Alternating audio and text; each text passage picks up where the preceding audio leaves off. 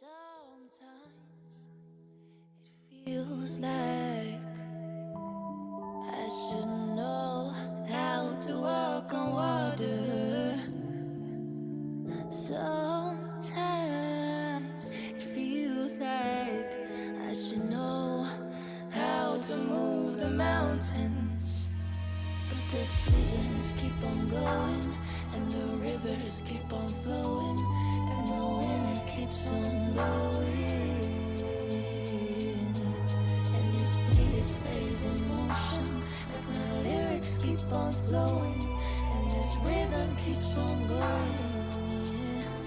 Yeah, ain't nobody else, ain't nobody else. I keep it to myself. We don't gotta tell, no, nobody else, nobody else about you and I, yeah, you and I. Yeah, you make me feel so free. Yeah, you make me feel like me. Yeah, you make me feel so free. Yeah, you make me feel like me.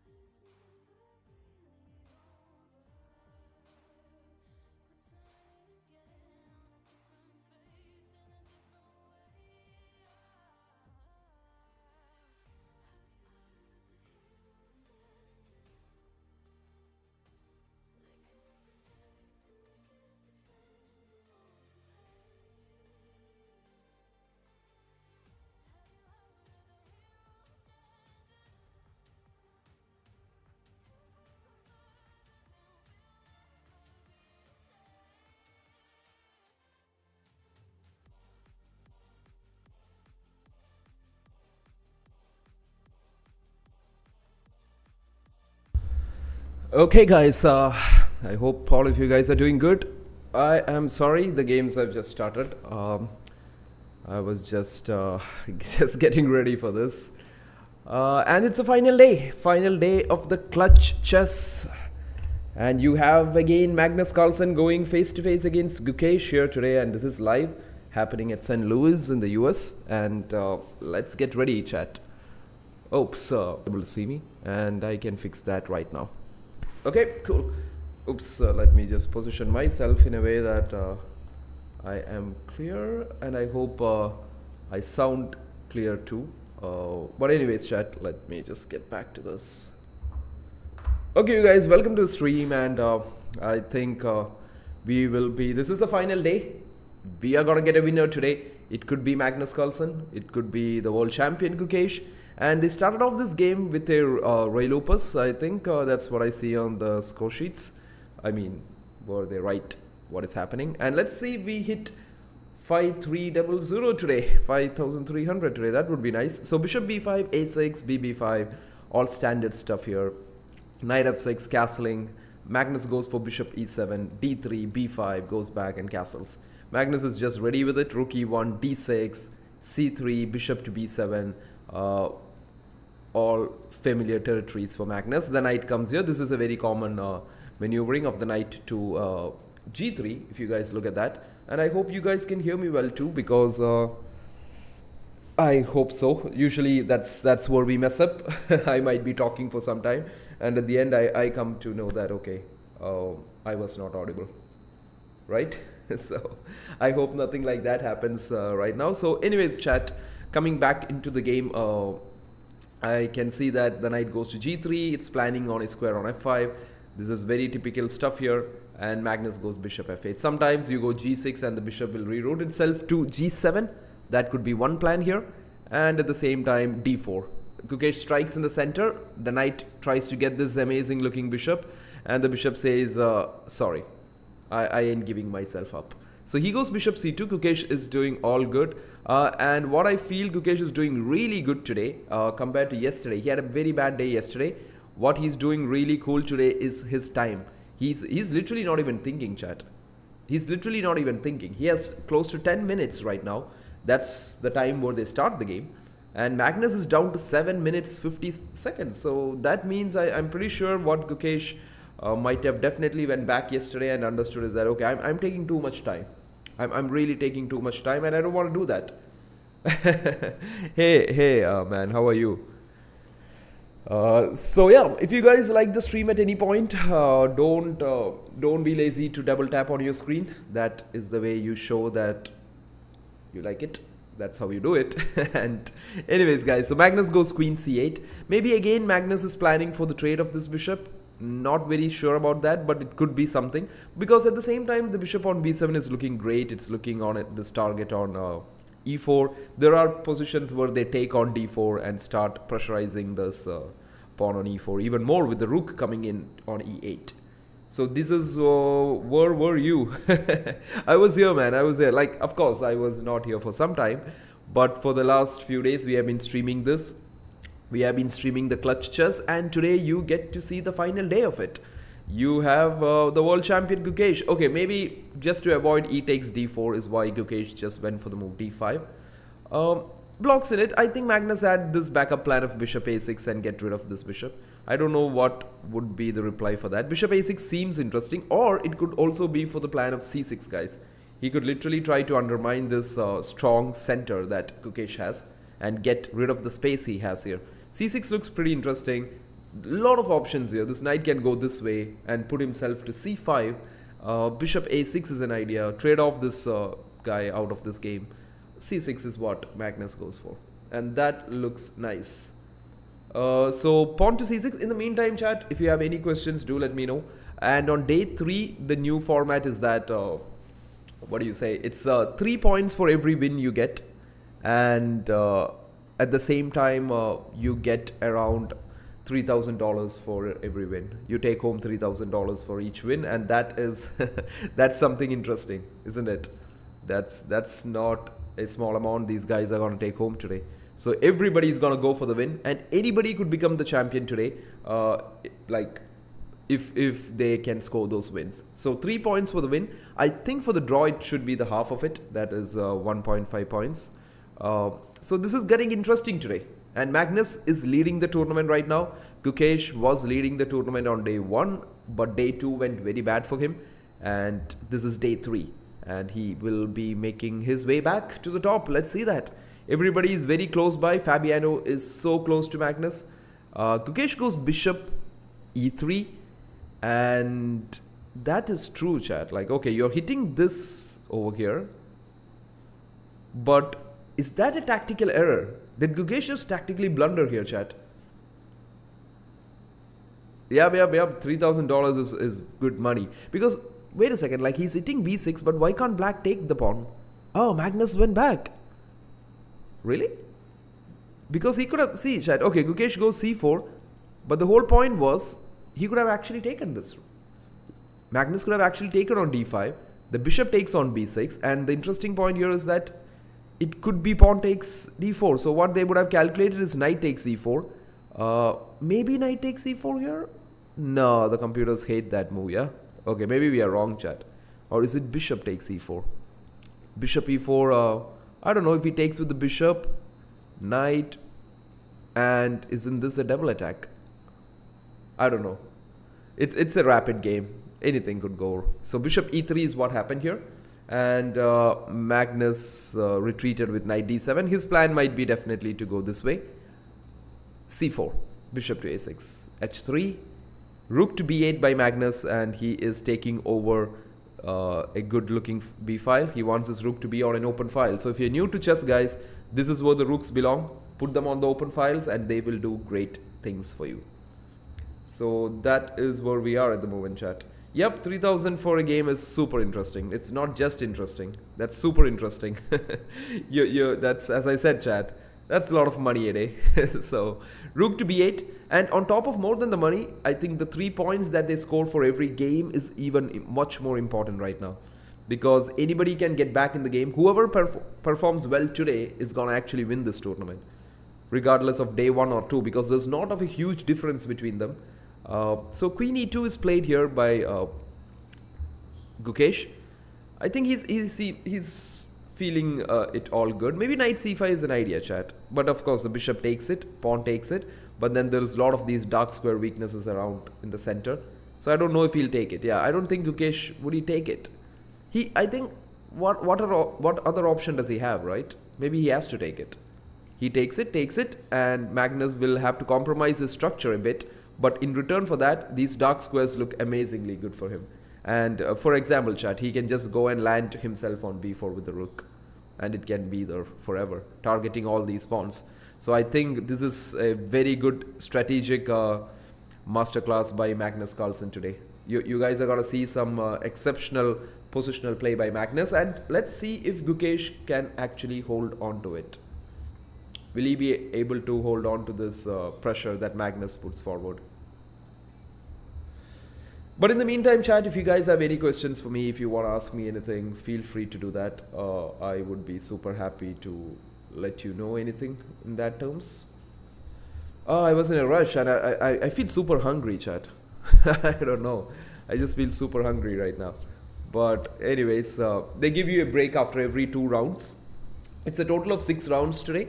And this is the final day, so I thought like, okay, why do I skip it? I shouldn't skip it. I should make it today, and we'll try to finish this off. We did day 1, we did day 2, and today we'll do day 3.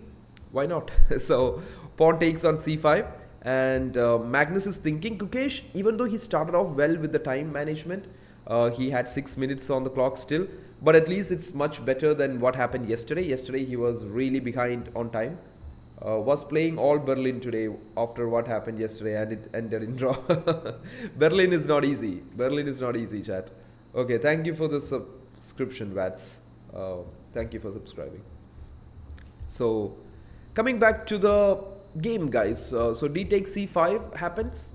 You take the pawn on c5, and I think, as I said, guys, the rook is always planning to jump to b4 now. And he's gonna keep a target or an eye on these pawns on a4 and c4. So this is typical Magnus Carlsen kind of position where he will grind and grind and grind and make you feel like, oh, I just want this game to end today. Just leave me home. Just let me go home. I hope that doesn't happen to Gukesh today. The world champion, he is fighting, and if Gukesh can manage to turn things around in game 1 today, that would be amazingly good for him. Because he had a loss to Magnus on day 1, he had a loss to Magnus on day 2, and if that happens on day 3, I don't know, guys. I don't know how excited he would be for that, you know. So let's have some music to go on with this. And in the meantime, if you guys have any questions like what tournament is it, where is this happening, who are the people playing? So we basically have 4 players playing. If you're new to watching this, it's Magnus Carlsen. It's the top 4 players in the world. It's Magnus, Fabiano Caruana, Hikaru Nakamura, and the world champion Gukesh. So as Magnus mentioned about Gukesh in an interview, the wild card for this tournament, I wonder whether Gukesh will definitely be a wild card here. Will you stream World Cup? Maybe, most probably. I might do that because it's an interesting event and it's a very important event. And of course, like Gukesh and other top players are playing. So most probably we will do that. I'll check the timings and I will try to make it work as much as possible. But classical, yeah, it's a longer format. You get all the time in the world. There is no rush. You can sit back, have a what do you say? Have some popcorn and watch the games, right? So it's like you have all the time in the world to do that. I do see that in the first round, Gukesh is having a bye. So that means he is already going into round 2, I guess. So yeah, maybe I think we will follow his games first because of the title he holds. My bad, chat. Like the games have gone forward. Queen c2, rook to b4 what has happened. Bishop f1, g6, rook d1 by Gukesh, maybe trying to make sure that the d5 pawn is even more solid over here. Queen c7, rook d2, he's just trying to double the pawns here, which looks absolutely fine. Pawn takes, c4. And these are some of the positions that Magnus, like you just wake him up from his sleep and he'll just come over and play these. Because he has just played them so much of preparation during his world championship times, and I think this is just like a walk in the park for him. Nothing else. I think the bishop is definitely planning to come to c5 at the moment, target this diagonal, which looks good. And yeah, thank you for all the love I see in the chat. So anyways, okay, coming back to the game here. So things are already looking good for Magnus here. This is what Magnus has been doing to Gukesh throughout this tournament. He's just trying to get these good positions, strategically outplay him, not giving him any tactical chances, and just outplay him out of the openings itself. And you can see this again. Magnus has gained such a good position. The rook will maybe join on the c file here, giving more support to this very interesting pass pawn on c4. And then Magnus will most likely reroute his knight to maybe one plan could be knight e8, knight d6, use it as a blockader, but you don't want to drop this pawn in the meantime. Or it could also be maybe knight d7, knight c5, and aiming for squares like d3 and b3. So this could be what Magnus is thinking about here. And in terms of Gukesh, he has to find plans on this king side because his 2 knights are not doing much here. You can see that all these squares that he can jump into with his knight has been taken away. And he's trying, okay, Gukesh is like, I'm not bothered about the king side or anything. I just want to get rid of this annoying pass pawn. And Magnus decides to fianchetto his bishop. I guess the idea is what we told. He might want to get this knight here. Because if there was no bishop here, chat, then knight takes e5 would have lost the pawn in that process. So that is the plan why he might have gone bishop to g7. Why buy for Gukesh? I don't know, maybe odd number of players. That could be a reason.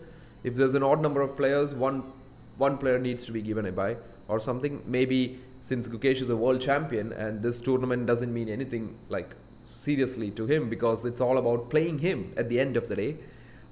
Maybe that's the reason. But it's going to be interesting to see it. I think there's a fun part of Gukesh playing the World Cup is that he can actually knock out the strong people. isn't it? He can actually stop the strong players from getting into the candidates. It's a very interesting event, guys. Like Gukesh, or they should knock Gukesh out in the like early stages. Otherwise, the guy is gonna knock out all the tough players out of it by not letting them reach the top 3, and that could be very interesting. It's a very strategic idea for him to play the World Cup, to be honest. But yeah, that's what is happening. But in the meantime, at the moment, we focus on what is at hand. So Gukesh is again down to 3 minutes. This has been something that's hurting him for the last few days. He's not able to keep up with that time that Magnus is putting on him, the pressure that he's putting on him. So he's down to 3 minutes. Magnus still has 4 minutes, and you can see Magnus blitzing out some positional moves, that is like the rule of thumb kind of ideas, like pawn h5, not letting any h5 break from Gukesh.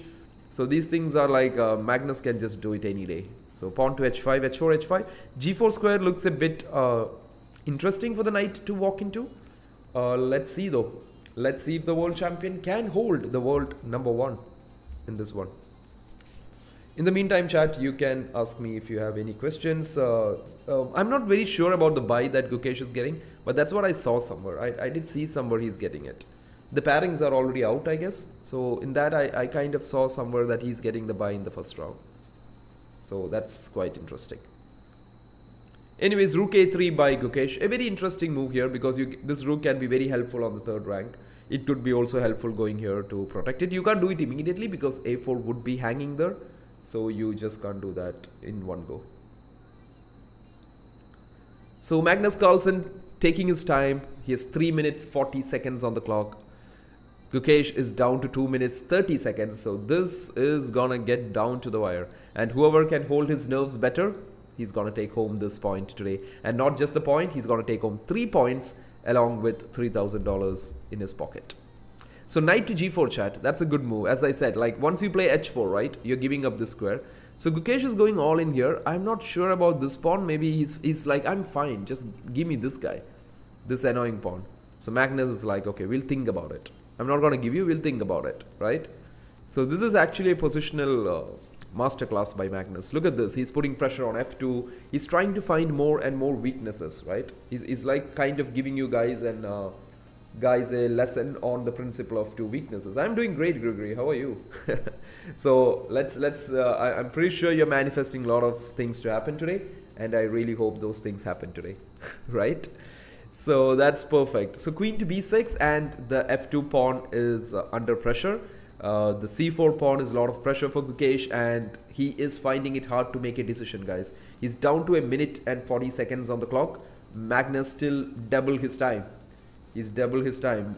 What were the results? This is the first round. This is round 1. So no results till now. Yeah? Yes. No results till now. But this is the first round of the day. As of now, Magnus is leading the event. Fabi is very closely behind, followed by Hikaru. And Gukesh, don't count him out, guys. Few wins today and he's up and running. Because it's 3 points for every win today, and that makes a big difference. It's not like 1 point or anything. Okay, Magnus activates the next bishop here. Look at this, chat. This is crazy stuff by Magnus. Look at that. All of his pieces are just like, it's like the bind, the Python bind, as I told you yesterday, right? It's just not letting him loose. It won't let Gukesh move around. And the world champion, he's not ready to give up, right? And in the meantime, if you guys are not ready to give up, you can double tap on your screen. That's how you show your, what do you say, if you're excited or if you want to feel the intense moments, just get rid of it. A very interesting one move threat. He's like, Magnus is like, do you see the spin? If you don't, I'm just going to take your knight for free. But the interesting thing is that the only good square for the knight is h1, guys. Imagine your knight sitting on h1. This right now looks like freestyle chess for Gukesh. Magnus is making Gukesh and his pieces go into freestyle mode with the knight on h1 and things like that. So, do you think the game looks more interesting without the bar? To be honest, like it's from a viewer point of view, there will be different people watching with different perspectives, right? But in this position, even if you don't have a bar, it's very easy to like feel the pressure that white is feeling, because he literally has no space, guys. Look at all of his pieces. They're literally sitting in the first 3 ranks, and there is no space for his pieces to move around. So that generally gives us this feeling that, okay, white is struggling here. His pieces are not making any progress. So rook b3 by Magnus, like, it's as I said, chat, you just can't get through this guy in these games. So Magnus goes bishop to h6 again. He's gonna move around. Maybe this bishop would even be happy to come around this way, putting more pressure on f2. And look at this positional masterpiece, guys. He made Gukesh play g3 so that this knight now has nowhere to go out. This knight's in jail right now. That's called the piece put in jail, you know. It's never coming out of it. So queen comes to b4. So things not looking great for Gukesh here, but I hope he holds up. But the time is also not looking great. He's down to 30 seconds. His last 30 seconds. He needs to find a way out of this. It's just pressure after pressure. And he's just running out of good moves here against Magnus. Like, it would be so sad for Gukesh actually, because on all the 3 days, Magnus has completely taken him down in the first game. And that's not something you would like to have, right? You don't want to lose your first game every single day. It's a very what do you say it? Yeah, and Gukesh just resigned, guys. Look at that. He just resigned in this position. Like, I totally understand that, because look at his pieces are not stuck anywhere. He can't move. Magnus just made the world champion resign without even being down material. And that, as I said, as the beginning of this game, as I mentioned, this is definitely a positional masterclass by Magnus Carlsen.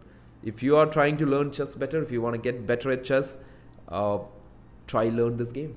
Try understanding what is happening in these games, and you will get better at what you're doing. So that's such a cool game by Magnus. Gukesh resigns with literally no piece deficit, nothing, all the pieces on the board, but positionally he is absolutely lost here. You can see that Magnus had just completely invaded into the position with all his pieces, making Gukesh and his pieces do nothing. They were absolutely stuck. They had nothing to do. And that, as I said, chat, is a positional masterclass from the world number 1. So let's quickly go to see what is happening in the Hikaru Fabi game. Oh, we have a very interesting endgame here, but which looks quite equal. I think they are going to settle for a draw maybe today. So at this moment, this game looks quite going into a draw. Hikaru could maybe try, but I think Fabi would also be happy to try here. 4 pawns each, rook, rook. Both have 1 minute. So of course there is no nothing sad about trying. It looks quite equal with the material, but you never know, chat. Never know. With these pieces on the board, it could turn around any day. But let's see if they are really gonna plan in fight, like going for this fight here, or it's just a repetition. Yeah, there you go. Fabi says, I'm gonna play rook f3, you go back inside, I'm gonna go rook g3, we might repeat, and we go on to the next game. Things are pretty quick today. The question is, how many dollars Magnus taking home at the end? That's the big question for the day, right? So Magnus has already, like, he's like on the way, like collecting his $3,000, and okay, there you go, 3. The only question is, would it just keep multiplying? Is it going to be 3, 6, 9, 12, and would it go like that today? Or is there somebody, just like yesterday, how Fabiano took down Magnus 2-0. Magnus did lose yesterday to Fabi 2-0. So somebody has to stop him. Or it could also be Gukesh in the very next game. You just can't count him out. I still believe he has a chance to come back today if he can find the wins. That can happen. These guys are still playing on. Hikaru just moving around with his pieces a bit. But at the moment it looks very solid. No breaks, nothing is happening. And no ways to target the weaknesses. Even a5 can't be targeted easily. But Hikaru is trying. He thinks that, okay, there is stuff to try. And if I can take Fabi low on time, then I might have his chance. I think Hikaru is going to go all in today. Because maybe, is it first round? Yeah, this is first round. Today, it's just started right now. Because today, I think Hikaru believes that this is his chance. And if he can get through this game, or if he can get through Fabi, he definitely has a chance at the shot at the top. But unfortunately, Magnus ain't letting anybody come close. Because he is winning back-to-back games, guys. Like, just after this game, I'll show you what is the standings at the moment. But don't be disheartened by seeing it. Of course, these players can come back, because there is always 3 points at stake. So few games, few wins, few back-to-back wins, and anybody is back in the game. So that is where we are right now. So yeah, I think they're just repeating. I think they had it. They're like, okay, there's no way of improving this position. They're just gonna like shake hands and walk home right now. So rook to g3. I don't know. Hikaru is just moving around with his king here and there. And I don't think Fabi is gonna try something. He can't invade with his rook anywhere. This rook ain't going this way. The bishop is covering it. Otherwise, you could have tried something like this way and target the a5 pawn. But not easy, chat. Not very easy to do that. Okay, Fabiano does make a pawn move of a4. He says, I don't want the a2 pawn to be weak. I'm okay if my b3 pawn is weak. Hikaru still is trying, you know, like he is trying tricks like bishop f1, chat. This is not so easy. Not as easy as we see. But I think Fabi can just improve the knight here. Knight f4, check, king c3. And he looks absolutely fine. Right? Let's analyze last game of Gukesh. I think there is nothing Gukesh could do in that position. Yeah, it was just resignation. That position was just simply resignation for him. It was really like a masterpiece by Magnus on how to play such positions. That knight c5 idea was just simply really good. That really good idea. But anyways, chat, coming back to this game, maybe I don't even think that even if this game goes to a rook endgame also, I don't see any advantage for both of them. I think Fabi is just gonna put this knight here. They trade and it's just a draw. I think they're just gonna shake hands. Yeah, there you go. Knight d5 by Fabiano. Takes and they're just gonna agree to a draw after this. That's where we are right now. So takes and yeah, a few checks. Or maybe he's just gonna protect his weakness here. Yeah, just stay at the back rank. Don't let this rook get to it. They're just gonna repeat moves. There you go. There we go. There we go, chat. We are on to the next. Yeah, we are on to the next. There we go. That's the draw. It's just that I think they're just gonna wait for maybe the arbiter. Yeah, there you go. They get 1.5 points each for the draw today. A win is 3 points and a loss is nothing. So let's get back to the screens. Let's just quickly see what is the standings before we go anywhere. There you go. That's the standing. Magnus Carlsen is at 14.5.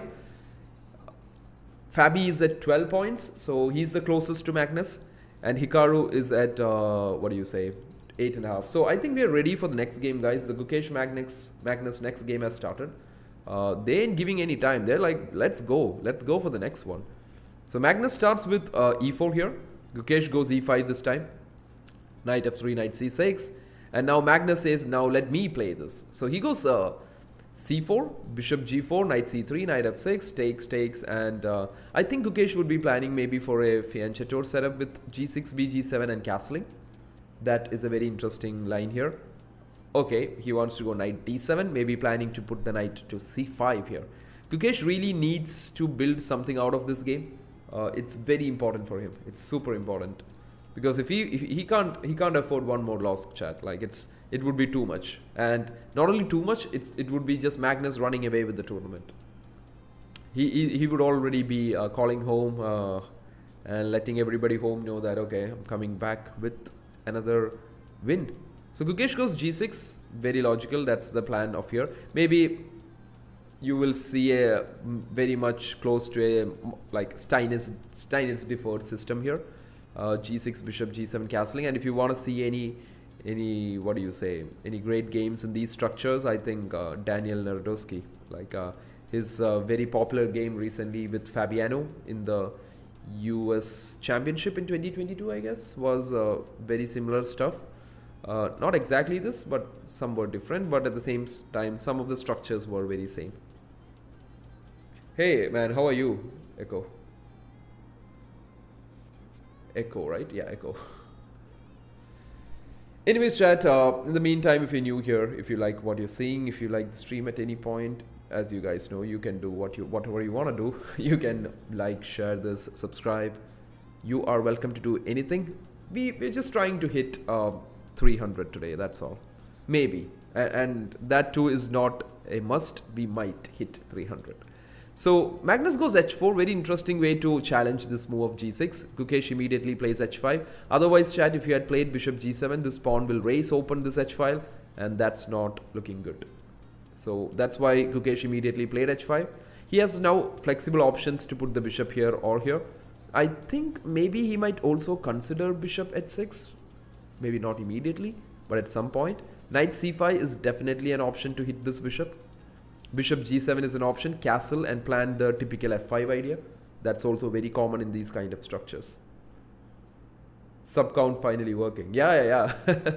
we came, what do you say? We brought back all our technical skills to make it work, I guess. It's not that, guys. It's like I've not been even using the OBS for such a long time that I don't even remember how I used to fix it. You could actually interact on that and stuff like that, but I completely forgot that.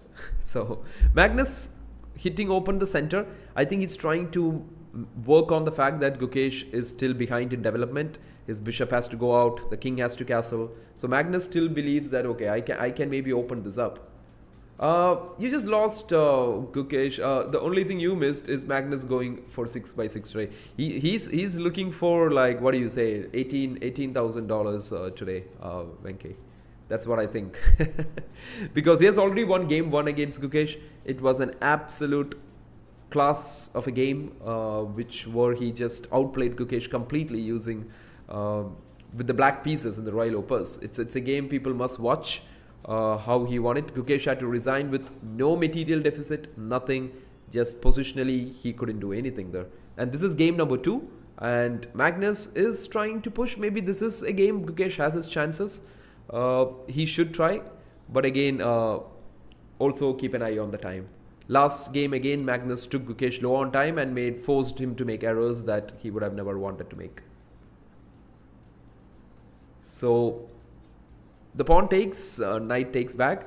And I think that trade literally helps a bit in black's favor, chat, because that kind of opens up this diagonal for the bishop. And if Gukesh can manage to get it there, get his king safe, I think he's in the game. Or maybe first play a very natural queen d7. Don't drop a pawn, because as people say, pawn is a pawn, right? A pawn is a pawn, chat. So you don't want to drop a pawn. So let's go with the move queen d7 maybe. Start with queen d7, then bishop g7, then castle the king, get it safe. And one quick thing, chat, just to let you guys know, if you play these kind of fianchetto structures, I don't think black will never plan a plan like f5 anymore. f5 is out of the question here, because if you go for something like f5, there's just too much weakness around the king that you can't do it. So okay, Gukesh just sacrifices a pawn. Let's Magnus take it. The computers don't like it. Computers are like, okay, Gukesh, pawn is a pawn. Why did you give that? Right? But very interesting to see that Magnus has this very nice looking X-ray going on. And if you play e5, it opens up that diagonal. Then there is some play there, isn't it? But let's see what Gukesh Domaraju, the world champion, has in return for this. So very interesting second game now. Okay, Magnus, when Magnus is rolling, guys, you can't expect him to miss anything, because he's so familiar with these structures. He has seen them so many times that these pawn breaks are it just comes automatically for him. There's not even a doubt, or he's not even double thinking about it. It just comes to him automatically. So e5, very strong idea here. You push the pawn to e5. I think the only thing Magnus lacks here is the king not being safe, but he can do that anytime. He'll get castling in just the next very move. So things are looking not that great for the world champ in game 2 again. But it's not over. He can still hold. The position is very much equal. He's down a pawn, but I don't think that plays a big role now. At the moment, it's a middle game. It's going into a middle game maybe. So more piece play, attacking chess, that's what is really important here. But at the same time, I think Gukesh should also keep in mind that time would also be super important for him. He's down to 6 minutes here. It's not a big deficit, chat, but you don't want to go very low on time against Magnus, right? Hey, Selo, how are you? Yeah, oh, so happy to see me. I'm so happy to see you guys, actually. The whole point, guys, is that, like, sometimes one of my friend was asking, like, even if it's 10, 20 people, how do you get motivated to stream still? For me, it's just like I just kind of see it like talking to 10, 20 people, guys, and that's a lot of people, isn't it? in real life, imagine talking to 10 people. Like even if I'm talking to 2 people, I feel like that's so many people, right? But so I kind of get it.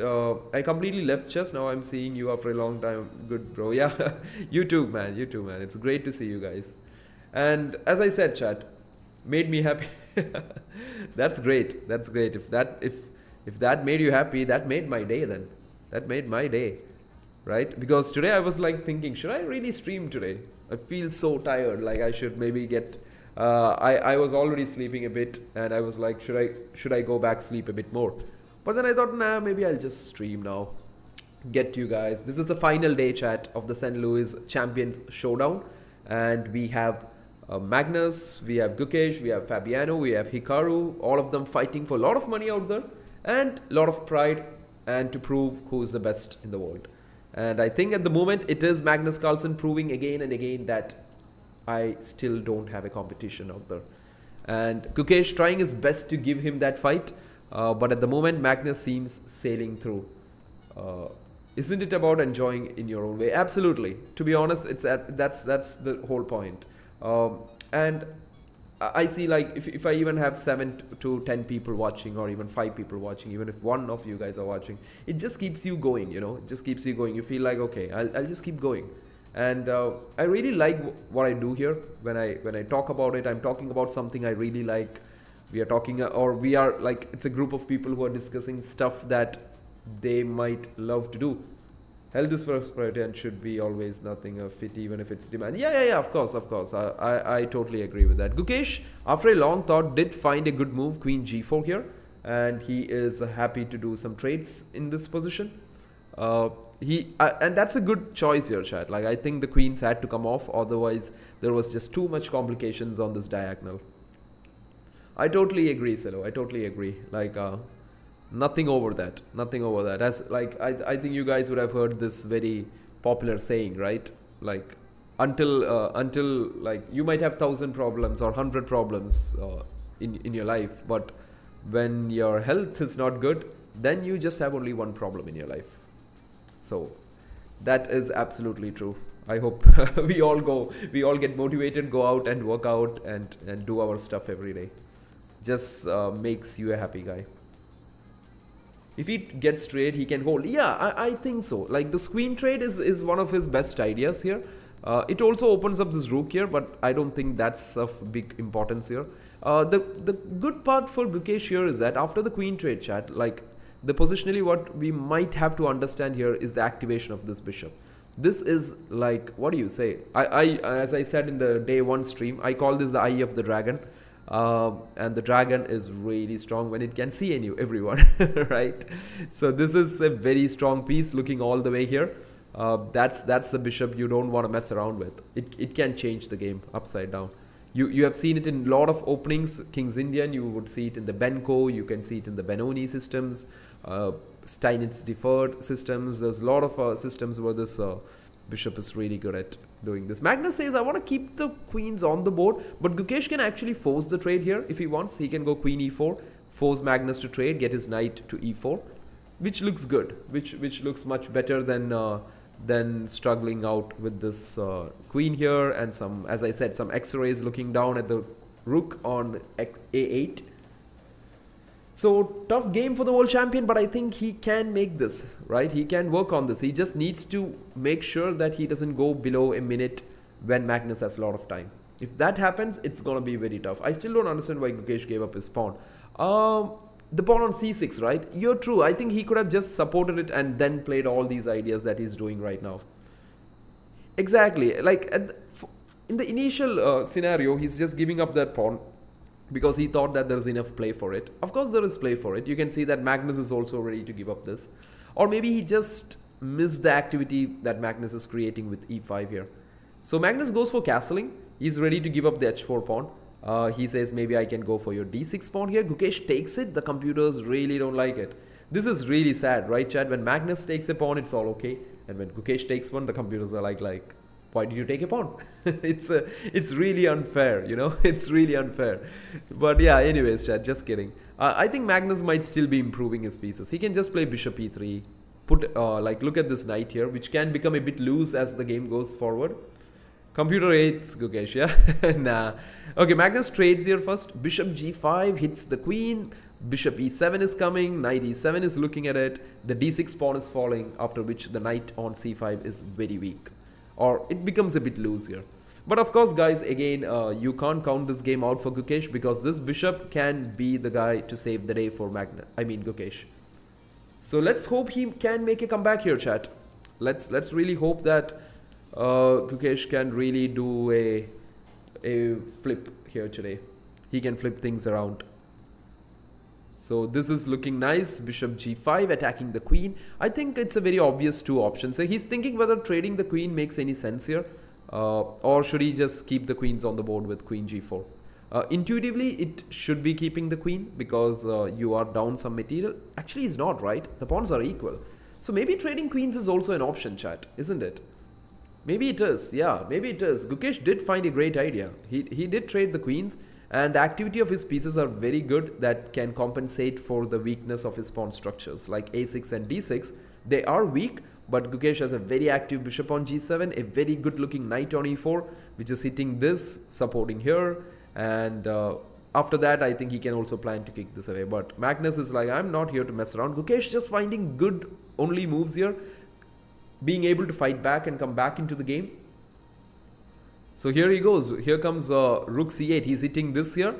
I think bishop d6 is not that great of an idea, right? Because he can just take rook takes c5. I mean c6. You lose a piece, right?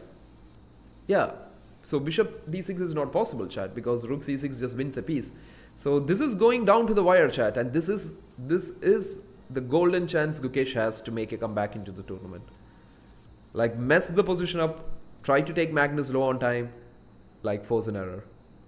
Okay, so I think Gukesh is forced to take it, and wow, this knight is the most annoying thing that you can see today. Trust me, chat. If you're at work and you feel your work is annoying, then look at this knight on c6. You'll feel that, wow, I've just seen something even more annoying. The knight on c6, right? It's absolutely mad. But again, as I said, I really love Gukesh's minor pieces. Even though the rooks have nowhere to go, like it's being denied of the open files. Maybe you can go this way, but I really love his minor pieces. Okay, I don't like putting the red colors on them. I like the blue ones. So they're very good pieces. They can actually go to d3, hitting here, hitting this. Your bishop's looking great on this diagonal. Maybe it can do something on this diagonal. I think he's still a lot more in this game. Yeah, there you go. He goes with knight d3. He's very much in the game. Knight on a post there is just wow. Yeah, the outpost, isn't it? Yeah, that's like they usually say the knight on the 6th rank on an outpost supported by a pawn is close to being better than a rook. So maybe Magnus knows his stuff, right? Maybe Magnus knows his things. So anyways, guys, the rook is gonna come out. The rook's under attack. I really believe Gukesh is still in this game completely. It's only the time factor that's gonna hurt him. If anything is gonna hurt him, that is. So final 2 minutes. Gukesh down to 2 minutes 30 seconds. Magnus down to 4 minutes. He has to speed up. Okay, and that speeding up, has it caused another weak square in this position for Magnus to go in? Again, I'm pretty sure this is like a no-brainer for Magnus. He's just gonna throw his rook to e6. Maybe he could go this way too, thinking that if a6 is also a weakness. I do see that he could try multiple ideas here. Rook a4 seems okay. But the problem is that maybe he will never do that. Knight b2 comes with a tempo on the rook. So you don't want to do that, right? It's tough to manage time in rapids. Yeah. That's true. Because I think Gukesh is coming off from a very good tournament from the European club, which was classical format, and to switch from classical to rapid to classical, that's not easy, chat. I think the same with Fabi also. Fabi has been playing a long tournament in the US Championship, which was again a classical event, which he won. But still, if you see him struggle a bit, that's because of the fact that it's not easy to switch every now and then, right? Like it's not easy when you have been playing classical chess for the past some days. Anyways, Magnus goes here. He finally picks up the d6 weak pawn. Gukesh has to get this pawn back, or he can actually play knight d5, chat. This is literally possible, isn't it? Wow, I would be very happy to get that. True, I would be happy to get that. Okay, Magnus says, okay, are you happy now? Because I have some nasty tricks up my sleeve. If your knight moves anywhere, I have knight e7 coming up. You can't play it immediately because the knight would take it. So things looking good, a little too long, I think, and suddenly you are in time pressure. That's the thing. That's the thing, especially when it's a 10-minute rapid. 15-minute rapids, maybe you still have time to fight, right? The 10-minute rapid, too hard, chat. It's just too hard. That's what I feel. But anyways, guys, if you like the stream, if you like these games, if you find the intense matchups interesting, you can always like the stream, double tap on your screen. That's how you do it. You won't see a like button, maybe. You can share this, you can subscribe. There is 4 more rounds after this today, rapid games. This is round 2. This is the final day, and you will see a winner come out today. Magnus is leading again, but can Gukesh slow him down? But at the moment, Gukesh has to speed up because of the fact he's very low on time. He's down to 1 minute 30 seconds while Magnus has 3 minutes plus on the clock, and that is not looking good. That is absolutely not what you want. So that's where we are right now, chat. Gukesh goes rook c7. The computers are like, why did you just do that? I think the reason is that, chat, because rook can go to d1, attack this knight, force this knight to move, and once that knight moves, g6 is also hanging. You see that? g6 could be hanging. Or maybe what Gukesh saw is that you play rook d1, I'll play rook c8, I'll attack your knight on c6. So that could be the plan. That could be the idea that he's thinking about. I would say 5 to 6 players are better at rapid than Magnus is actually. There are some players who are pretty strong at it. There can be. Some are very good at fast time controls. But you can't judge that by their strength on online rapid, because online rapid and over the board is again a different ball game altogether. But anyways, chat, this is where we are. Oops, I can see that the music's a bit low, or maybe there's no music. So I will try to keep a bit of music to keep you guys entertained. Okay, the knight goes here. Weird position. Your knight sitting where... Whoa. When is the last time you guys saw a knight sitting on d8 like that? It's sitting in between white blacks. It's like an invasion that's taking place, right? So looks like crazy looking stuff. As I said, you can see the bar. It loves what Magnus is doing, but let's see if he can keep doing it. Gukesh below 1 minute, and when you go below a minute, chat, things are not gonna be fun. Things are not gonna be super exciting. You will always have to find your way around it. So knight to e7 by Gukesh here. He's down a pawn, or is he? No, he's not. The pawns are equal. It's 4 pawns each. That means he still has a fight left. Positionally, this is very hard because you can see all of Magnus's pieces are so well placed. They are controlling so many important squares. The knight's ready to jump to e6 at any point if he wants to. So rook e1 played by Magnus, hitting this knight 2 times. You can see the rook is hitting it, the bishop is hitting it, and I'm just trying to explain it in the most simple ways possible. I know you guys see all this, but if any of you guys are new here, I hope you don't miss out on anything, right? And I think knight e6 is a straight away move for him. You're hitting this rook, you're hitting this bishop. Maybe you can get rid of the bishop after that. I don't know. Like, okay, Gukesh offers a trade, but won't Magnus just take over the 7th rank right now? The 7th heaven is where the rooks are very good at. The rooks love to be on the 7th rank, and I think Magnus would love his rook also to be on the 7th rank. I don't think he's gonna trade, guys. There's a very interesting topic called superfluous pieces where I don't know how you pronounce it or anything, but yeah, where if you trade, you just let all these other pieces go free. You don't want that happening. So rook d7, knight goes to c8 here. Yep, knight c8, and you see that the black pieces are really struggling in here, while the white pieces, they're just dominating. Knight takes f8. Oh, Gukesh goes for an in-between move, but I think Magnus is just gonna keep it like that. He's gonna keep it like that. He's gonna get his next rook into the 7th rank. This is curtains coming up for the world champion. Oh, wait a second. What just happened? Oh, no, it's not a mistake or blunder, is it? It's like Magnus has just given up this rook. He's because if this rook takes, guys, it's a checkmate. Okay, bear with me on that. If this rook takes, or if the king takes, bishop check, it's a mate coming up again with the rook checks coming after that. So you can't take it with the rook, and if you take my rook here, he will take back with the knight. And if you guys are again new into chess, you should understand that two minor pieces in certain positions are very good. And Gukesh has just resigned. Magnus takes home again 3 more points. He has taken 6 points. It's again a 2-0 sweep on Gukesh, but not a problem. It's a rapid game, rapid event. So Gukesh did give a tough fight, but unfortunately Magnus is just too strong for the day. And Magnus takes home again $3,000 for every win he's scoring here. I feel it's very unfortunate, because if you guys are thinking why he resigned, in a normal sense, you can't take the knight with the rook. You get checkmated in like few moves here. That's a game over move. And if you take the if you take this here, then the knight takes back, and this knight is going to f6 check, and this king is literally getting checkmated anytime. So things not looking good for Gukesh. The start was not great. Hey Pranay, how are you? Yeah, 6,000. Yep. Keep counting. Magnus is taking home more more dollars today. And Fabi fighting back. This is interesting, because if Fabi can actually fight back, he's the one closest to Magnus. He's the one who can actually catch Magnus up in this whole thing. So very interesting if Fabi can catch up, because next round I think it would be Fabiano facing Magnus, and yesterday he took down Magnus 2-0.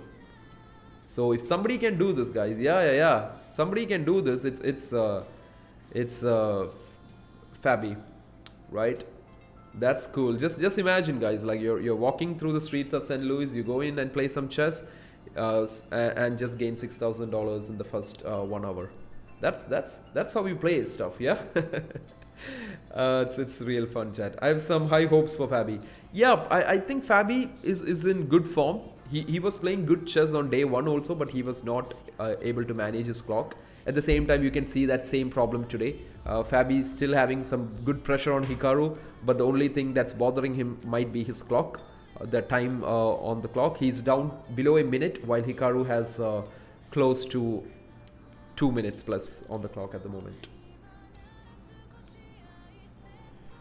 So all you guys who are new here, this is the St. Louis Champions Showdown that's happening. It's called the Clutch Chess, which is very cool event. It has very interesting format that's going on. So things are looking very nice in this one. I wonder if the real FIDE events would also turn out to be in a way that for a win you get 3 points, and it just makes the importance of win go higher, right? People would want to win because you get more points for it. You're getting 3 points, just like maybe a Premier League or stuff, something like that. So you get 3 points, right? So it's interesting. It's a very interesting format in chess that can be thought about. So anyways, chat, this is where we are. Queen A8 check by Hikaru. He's trying his best. Hikaru is like, how in the hell can I defend this thing? And you can't play such very technical positions against Fabi. Look at that. Rook B5 blitzed out, and he doesn't even think about it. Fabi is so good at these stuff. The only thing he struggles at times is like converting this amazing looking positions. But you also get 3k. No manifestation for today. Yeah. I think it's not working, isn't it, Gregory?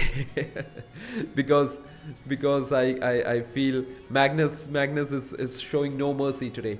He's like no mercy today to anybody who's playing over here. I'm just gonna take down everybody today. he's like, need to buy some presents for my son, you know.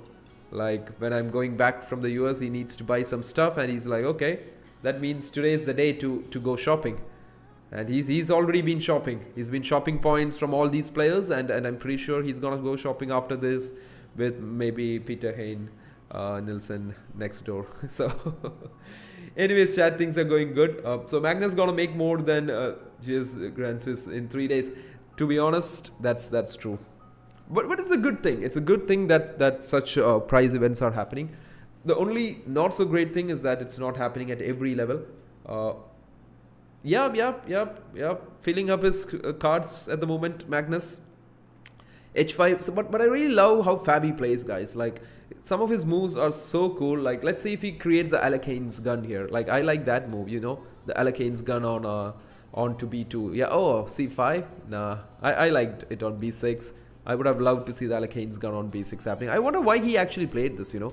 Ah, he's trying for the queen trade, chat. Okay. Would he go e5 or would he be not so happy to do that? Okay, he does. Fabi is just like perfect in these kind of scenarios.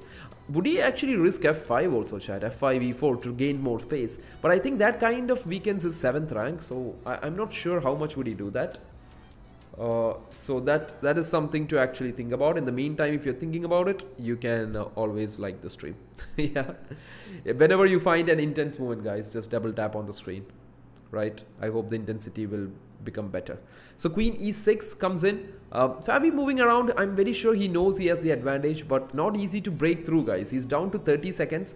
Maybe he's also waiting to pull Hikaru down on time so that he gets some chances to strike. So the queen goes to g4 here. Fabi knows that if he can trade the queens, he has a very good scenario. His pawns will just run down the board and Hikaru would find it very hard. But at some point or the other, he needs to keep improving his pawn structures, right? Or it could also be rook e7 and start trying to use the e-pawn, which is a very good passer. The problem for white here, chat, is that white has 3 versus 1 on this side, but you can't push these pawns because that will just expose your king. You don't want your king to get exposed that way. That's the big difference. US champion versus Louisiana state champion. Yeah, that's true. That's true. It's an all US fight happening right now. It's a state champ versus the national champ going on. Let's see who takes it. At the moment, the national champs is showing his why he is good. But Hikaru can trick Fabi, guys. It's down to the last 10 seconds. Fabi needs to do something here. It's like he has such a good advantage. It would be so unfortunate if he doesn't convert it. But lucky for him, this is not a super tough position to play. That's why this is interesting. I remember someone asking Fabi, how do you find that move? He replied, that was the only move. What else you could do? Yeah, I heard something similar like that. Fabi showing some lot of moves. But let's get back to the game. Fabi has just blundered. Hikaru is back in the game. And Hikaru finds this interesting g4 idea because now he finally gets some counterplay. You see, I had already told that, right? You should have made this Alakane's gun long time ago, isn't it? Unfortunate for Fabi. But he has 3 pawns. This game, don't trust the bar or anything, chat. This game would go either way. Like, give Fabi some more time, he will grind this out. He can still. But this is a funny thing, guys. Both of them have a majority on the side where their king is, right? That is the reason they're not able to push these pawns. If they push it, immediately the king becomes weak and it could even walk into a checkmate. That's why they're not pushing it. You might be thinking, what the hell is this? They have a lot of passed pawns. Why ain't they pushing it? Because they're not pushing it because they can't push it. The king becomes weak when the queen's there. That's why Fabi was actually trying to trade the queens. And he's literally losing the game, chat, because queen h2 creates a battery that's going to be checkmate for him. Unbelievable stuff if he loses this. Oh, that's so sad. He was just too low on time, chat. He was just 3 seconds, and lucky for him, the luck gods have showered on him that Hikaru has missed it. Fabi, like now Hikaru is going again for this battery. If he had done the same battery with the queen, it would have been literally game over. But, yep, as I said, the luck is showering a bit on Fabi, but I hope it showers more. Yeah, because of that whole idea of queen h2, because there was a whole battery, and now it's going back and forth. And now the rook d5 is a very good move, chat. If you're thinking why it's our ever so popular back rank mate coming up, I'm very sure Hikaru is gonna see that. You don't want to lose a game getting back rank checkmated. Hikaru is thinking right now about this check. Yep, the king runs away. If he had gone here, that would have been a mate. Easy checkmate for Hikaru. He goes, Fabi is running with the king. This is going to come out with a result, chat. Trust me. This is fun, right? 3 pawns each. Both of them have 3 pawns, but you can't push them. At least somebody who can actually push is Fabi. Fabi can still push this e-pawn, right? Exactly. These pawns are taking care of the king. Hikaru says, I'm going to go for a check. Fabi is like running into the open. It's like some fire. The house is on fire and Fabi is like, time to run to the open and save myself at least. There you go. Fabi is starting to put some like great best moves on the board, chat. He's just using this e-pawn. This is the way to win for him. Queen goes with a check. Hikaru is coming. Fabi is running. Go run to the open, Fabi. It's like an earthquake. Just run to the open. Go out to the open. You'll be safe, right? Oh, he goes into a pin. Maybe it's fine. But I don't know. Like I hate my pieces being pinned, you know. So yeah, maybe it's just me. Fabi will easily convert it. You should not tease Fabi by saying battery. just because he wears glasses. Oh, I didn't get that. I would Fabi would be the last person we would ever tease. Yeah, it's because if anybody can convert this, guys, if I'm putting my money on someone, one is Magnus for sure, but Fabiano, if you want to play technical positions, he would be the guy to do it. And the battery was actually not for Fabi, it was actually for Hikaru, you know. G5 being played. Oh, look at this, chat. Fabiano is just running around with this king all over the board. What the hell is happening right now? Look at this king. The king is just walking all over the board at this moment, and Hikaru is like, what is the checkmate on this king? But unfortunately, there is no checkmate because Hikaru's rooks are stuck down to the back rank because of this amazing looking pass pawn on e2. Fabi should not lose this pawn. If he loses this pawn, he loses the game maybe. So this is the critical point of the game. Fabi wins if he can hold on to his passer, and if he loses that pawn, things could go either way. And I think he's already making some mistakes. Hikaru is like, you know what? Let me show you the pass pawn that I have, right? Let me show you that. Let me push my pawn now. You have been pushing too many pawns yourself. So it's time for Hikaru to push. This is real fun, chat. This game's gone like haywire. So the queen comes to d3. I don't know if the trade would happen or Hikaru would go queen b5. There you go, queen b5 on the board, chat. Queen b5 on the board. Yeah, there you go. King goes here, king goes here. I think, oh wow, does he have this? Check again. Hikaru goes wrong. Can you believe this? Fabi just ran with the king, who was inside the pawn structure, to b7, and now the king is like, now I am not in a pawn structure, right? And this is mate, chat. But how do you mate him? Queen a1, right? Or rook d3. What is the best move? Rook d3. Fabi finds it. Check. Fabi's finding the best moves. Hikaru is running with the king. He's like, what is the mate? Oh yeah, there is a mate. Your king's going nowhere. Fabiano just found a series of moves that just walked the opponent king. And look at this now. Can you believe that this king who came from g8 actually was part of this whole plan of putting this king in a mate? Fabiano has just won an unbelievable game. Don't be surprised if he now goes on to beat Magnus 2-0 or something in the next two games. This is the win that somebody needs, right? Oh, I say that the loss gets 1 point, chat. I didn't know that, okay? I thought the loss gets no points. That was fun, isn't it? That was fun. Look at that. That was crazy stuff. Hikaru would be like, I don't know what he would be doing. He'd be shaking his head like, what the hell just happened? I hope you guys also had fun watching that, right? I think that game made for the day. That game was like worth the day, isn't it? That was cool, chat. That was cool. If you like that, stay tuned because you're gonna see more of these kind of stuff happening today. So let's go back. That was real fun. Let's see what's the standings right now, you know. Let's get to the standings. Yeah, Fabi just did something really cool. And you can see this. That's the fun thing about this. The fight is still there. Fabiano is still chasing Magnus. If somebody can catch up to Magnus, that's Fabi. And they are facing against each other in the next game. So that's an all-important game we'll be following. Fabiano versus Magnus in the next one. Because if Fabi can get a win, he's actually catching up to Magnus. He gets that 3 points and he would have caught up to Magnus. So that is a really big game coming up. It could literally be the decider of this tournament. And Hikaru and Gukesh, they have still a lot of $3,000 to fight for. You take home a lot of money with that. But anyways, the title or the the winner is going to be decided in the coming up one. Loss is 0 points, draw is 1 point. No, I saw Hikaru get 1 point even after he lost that game. That's what I think, right? No, you get 0? Oh, maybe in that match Hikaru got 1 point in total, right? Maybe, yeah, that could be it. Because if you see this, at the end, yeah, okay, yeah. So he got, okay, so Fabi and Hikaru got 1 point for the draw. And now 3 points for the win. Yeah, the loss is 0. Yeah, true. When did anybody ever get a point for the loss? My bad, right?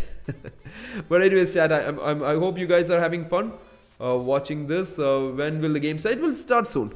It will, yeah, correct, guys. Fabi actually needs to beat Magnus again, both rounds to win. And Fabi has done that, chat. Fabi has actually done it once. So it's not going to be super hard for him to do it again. So just going back, I would love to see the standings again. I think the Hikaru, okay, both games will take a bit of time because the Fabi-Hikaru game just ended. It was a really strong game. I really loved watching that game. Crazy stuff. Yep, so that's where we are, chat. So we will be getting through. And I guess for all you guys who missed round 1, I would definitely want you guys to watch it. This was the Magnus Magnus Gukesh game that literally happened. Okay, why do we need a standings bar now? We don't need that. This is the Magnus Gukesh game that happened in round 1, and trust me, chat, if you're learning chess, if you're trying to learn something about it, this is a positional game you must learn, or this is how you really hold on to grips. Magnus teaches a lesson on color weaknesses. He teaches lessons on a lot of stuff here. So don't miss this out, guys. Like you can see, e4, e5 was what happened. Let's see it from Magnus's point of view, or maybe we'll see it from Gukesh's point of view too. That's fine. A6, it was a royal opus, knight f6, bishop e7, b5, bb3, rook e1, d6, c3, all standard stuff, right? They're both developing. Knight d2, the typical idea to go here, and he goes knight to g3, bishop f8, d4 was played. Gukesh was doing fine, all of this. Knight a5, hitting that very strong bishop. You never ever give that bishop like that. You go bishop c2, you keep your bishop. Knight comes to c4, b3, knight goes to b6. A4 takes, a5. So everything was looking fine, where Gukesh played d5, and now Magnus perfectly did this c6 break. Bishop e3, knight d7. I think they found bishop e3 bad because there was a tactical point here. If you think why is this move shown as a mistake, it's because pawn takes d5. Bishop can take a free piece. You'll be like, wait a second, that's a free piece. You can take this. It's not because we are forking them. It's because they can take it. Knight takes. My bad. Actually, it's bishop takes. I did this mistake earlier too. Bishop takes, and now don't take. Yeah, you take it back. You take it back with the knight. Rook takes, and the idea is queen c6. At the end, you actually fork the rook and the bishop, and you win your piece back with a great position. But okay, it's a rapid game. You ain't expecting anybody to see all that. So you go c4. It's not like we are sitting in the comfort zone and watching a game. They are playing at a very high intense scenario. So bishop goes to a6. H3 was played. Magnus improved his rook to the open file. Queen e2 was played. Let me make the board a bit more brighter. Yep. Knight c5. This is a very interesting plan that Magnus came up with, guys. Like, he is so good at it. I've seen a previous position of Magnus very similar to this, where you take, and you see all these dark squares over here. He makes them all weak, and he will start using them like anything. So Gukesh went queen c2, and Gukesh is left with this bishop, and I really don't like this guy on d3. Rook comes to b4. You can see how Magnus is giving you a perfect example of color weaknesses or color complex and how to use them. Rook to b4 here. Bishop comes to f1. G6, you know why? Because this bishop can be used very well on this dark square diagonal, and Gukesh started feeling the pressure of not having this dark square bishop here. So rook d1, queen c7 by Magnus, rook d2, pawn takes, and he goes for c4. And this pawn really takes away so many important squares. It's just putting the pressure on the white pieces here. So he goes queen c1 here, queen c1, rook c8. The rooks were trying their best to get at. Gukesh tried his very best to get that. h4 by Gukesh. Plan was to go h5, but Magnus stops it immediately by h5 himself. Now the g4. So if you think why h4 was given a question mark here, it's because of the fact that now this g4 square is free for the knight to come in, right? And it targets this pawn on f2. So h5 was played. Rook to a3 was what Gukesh played here. He's trying to lift the rook to this side maybe. Knight g4. Rook c3, and Magnus says, okay, if you take my pawn, at the end I'm going to take f2 and you're busted. So Gukesh was not able to take the pawn. If you're thinking why, guys, like if you take it, you can see that they would just take it with any of this rook, takes, and the moment this c2 rook takes it, queen takes f2 would literally finish things off. So just letting you guys know that. So queen b6, queen d2 was played. Now here comes the bishop. Look at these pieces, guys. Look at all of Magnus's pieces completely caging in Gukesh's pieces here. Look at all of the white pieces. They're not even able to move here. They're just so stuck. The space, there's no space to move. Look at this. This is what I was trying to make here. Except for like few pawns here. Look at the rest of the pieces. They literally have nowhere to go. They're literally stuck here. And queen e2 was played. Bishop f4. He just coming in with threats after threats, attacking the knight because of this pin. And just look at the unfortunate thing. Knight had to go to h1 here. That's the last place you want to go. Hey Demon, how are you? I'm doing good, man. I hope you are too. So the knight goes to h1 here, chat. And now what happened is Magnus played rook b3. He tempted Gukesh to go g3. The reason is that the moment you go g3, kick my bishop, you did kick my bishop back. Totally agree with that. But the problem is, what does that knight on h1 do anymore? That piece is literally dead.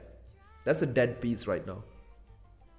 Such positional, what do you say, bind. As I say, the Python bind here. So bishop h3 was played. Magnus came in with the next piece, and Gukesh literally resigned here. He's like, I'm done. That's it.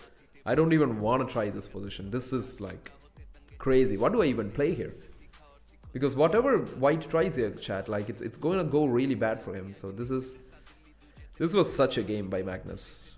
Like don't be surprised if he actually goes on to win all of today's games. With such a start, he just won 2-0 on Gukesh today, and I think he's gonna go all in for the next few games. So Magnus is leading here. If somebody can stop him today, it is definitely Fabiano Caruana, and that is what we are waiting for. We again had an amazing game right now, so we're waiting for the games to start here, chat. So I know you guys are also watching. I'll get something for myself in between and be back in a few minutes before this starts. In the meantime, you guys can watch the standings that happened here. Let me... Okay, you guys already know about the standings, right? I think you guys can watch this Fabi Hikaru game. This was just crazy, right? So by the time you guys have a look at this, I would be back. Turns out Magnus was saving his best performance for the final day. You guys are absolutely correct. He's, as I said to the, like, as we were kidding around, right? He's going shopping today, right? After today, it's a free day, so he's gonna go shopping. So now I gotta eat too. So get your food, be ready, because there is a very interesting Fabiano Magnus game coming up, which will literally decide who is gonna take this home, right? So I'm just back in like a minute or so, guys. Like have a look at what is happening. Let the musics go up, and the games are gonna start in about few minutes, and we will get back to it.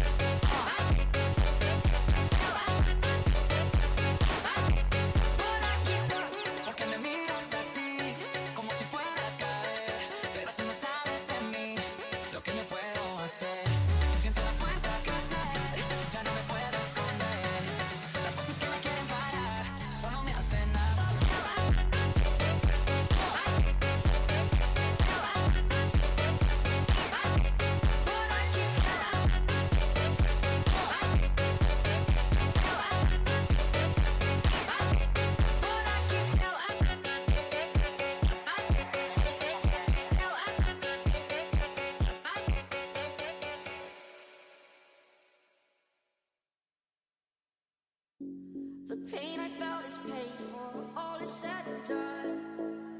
Oh, I am restricted, fixed upon the web. I need to kick the habit that my mind is breathing in. Wake out, I've got to see.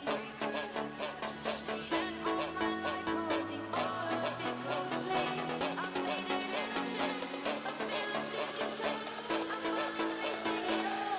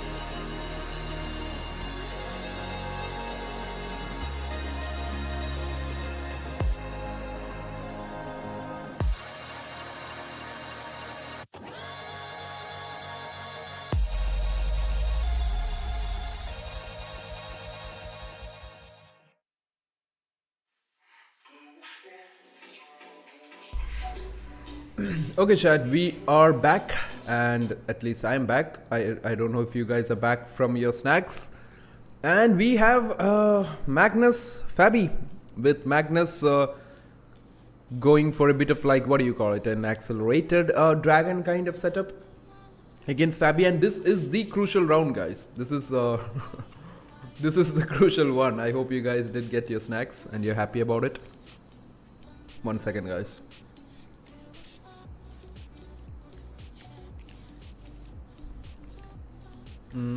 Wait a second. Yeah, there we go. And there we go. Right? So, yeah, we are back.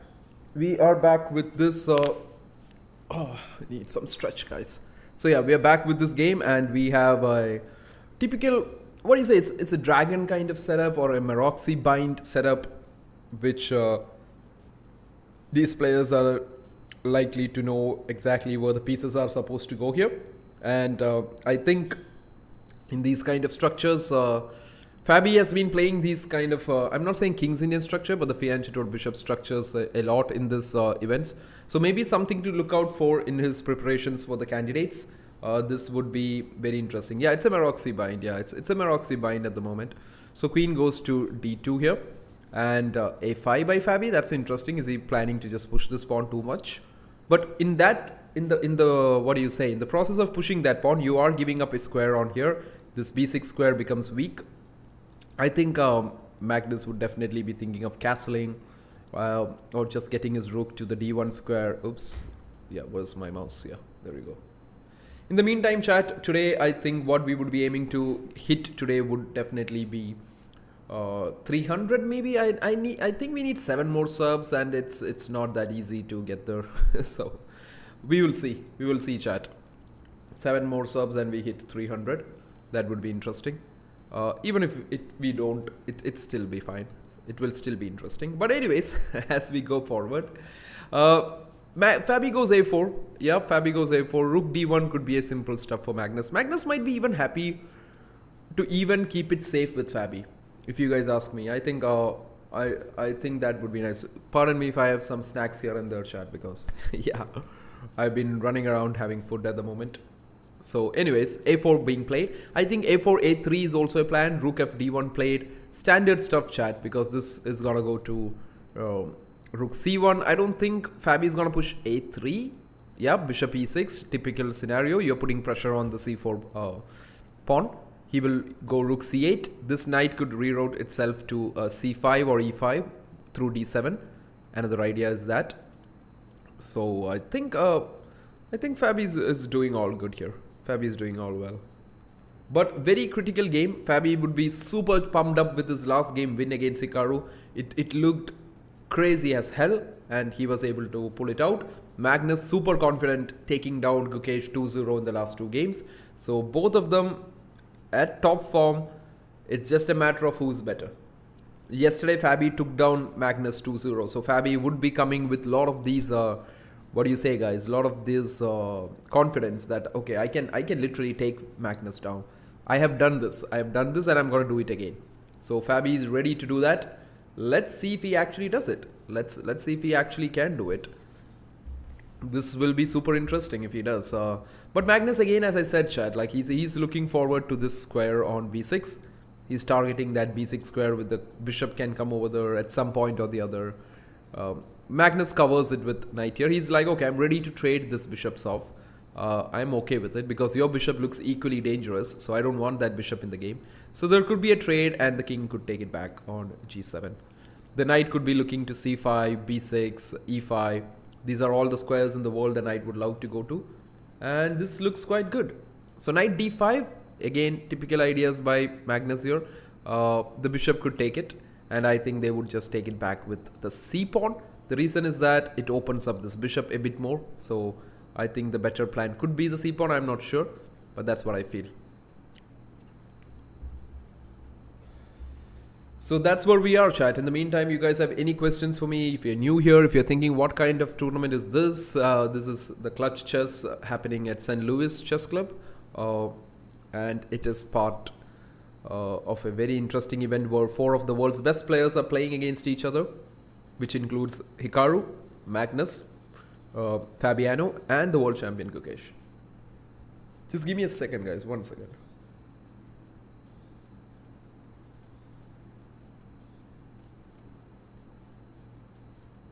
Yeah, there you go. That's a good question, Guri. I travel around a lot, so not somewhere specific. Yeah, because as I said, it's nothing special. It's not like I don't wanna let you guys know who I am or something. It's just that like I did meet while I was traveling for tournaments. I did meet a lot of people, like even met people who have like seen some of the content like actually in Instagram and stuff. And I'm really happy to meet you guys in person and talk about it. But it's just that I just want to stay like this, how it is in like when we are streaming, regardless of who I am, where I am from, regardless of all of this. And I'm super interested to see that Magnus actually took it with the e pawn. The reason for this chat is that he wants to put pressure on the e7 square. I mean the pawn.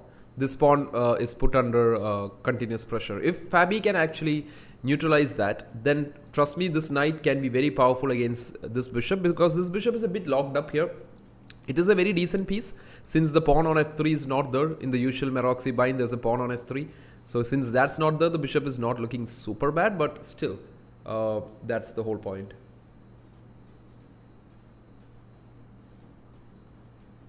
Oh, really?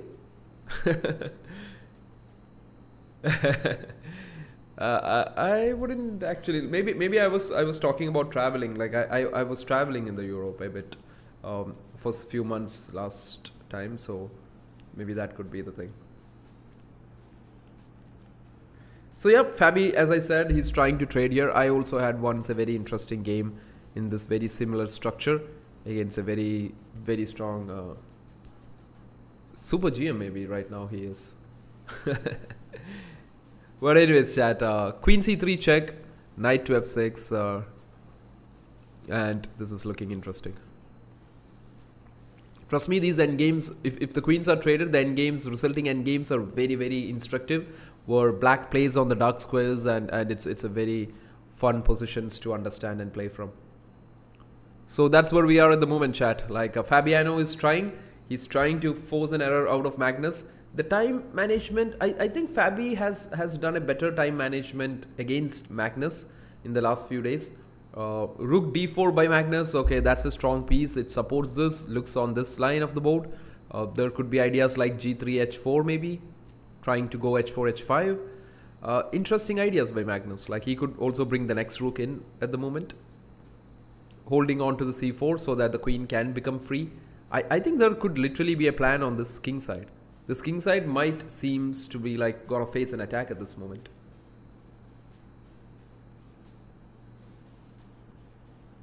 Yeah. Anyways, chat, this is where we are at the moment. So Fabi is trying. Can he break through Magnus? Or would Magnus... I think the biggest issue here, chat, is that if Magnus is not super excited about the $3,000, then it's super easy for him to actually win this tournament anyways. He just needs a few simple draws and here and there and a win here and there, and he's just done. He's finished. He doesn't have to win everything. But, for example, he could, right? Yeah, the Falkland Islands.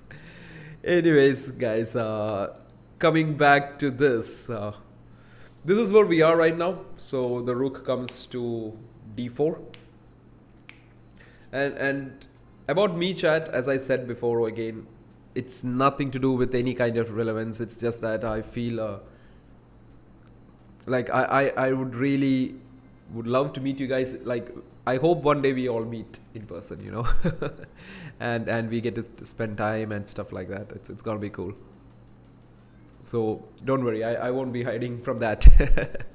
But anyways, rook comes to c8. Very interesting square for the rook. I think because this rook is free to go this way too, chat. That's also possible. So rook f8 is the good move to play here, activating the rook. So that's the thing. Yeah, I think I will definitely let you know that, because I'm myself confused where to go, what to play and all. So yeah, it's a tough decision to make, you know.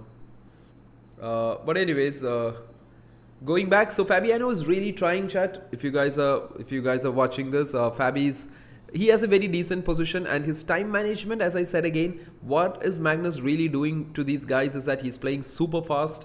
He's putting all the pressure in the world on these guys and then just letting them to crack under immense time pressure. That's literally what is happening at the moment. So rook comes to c5.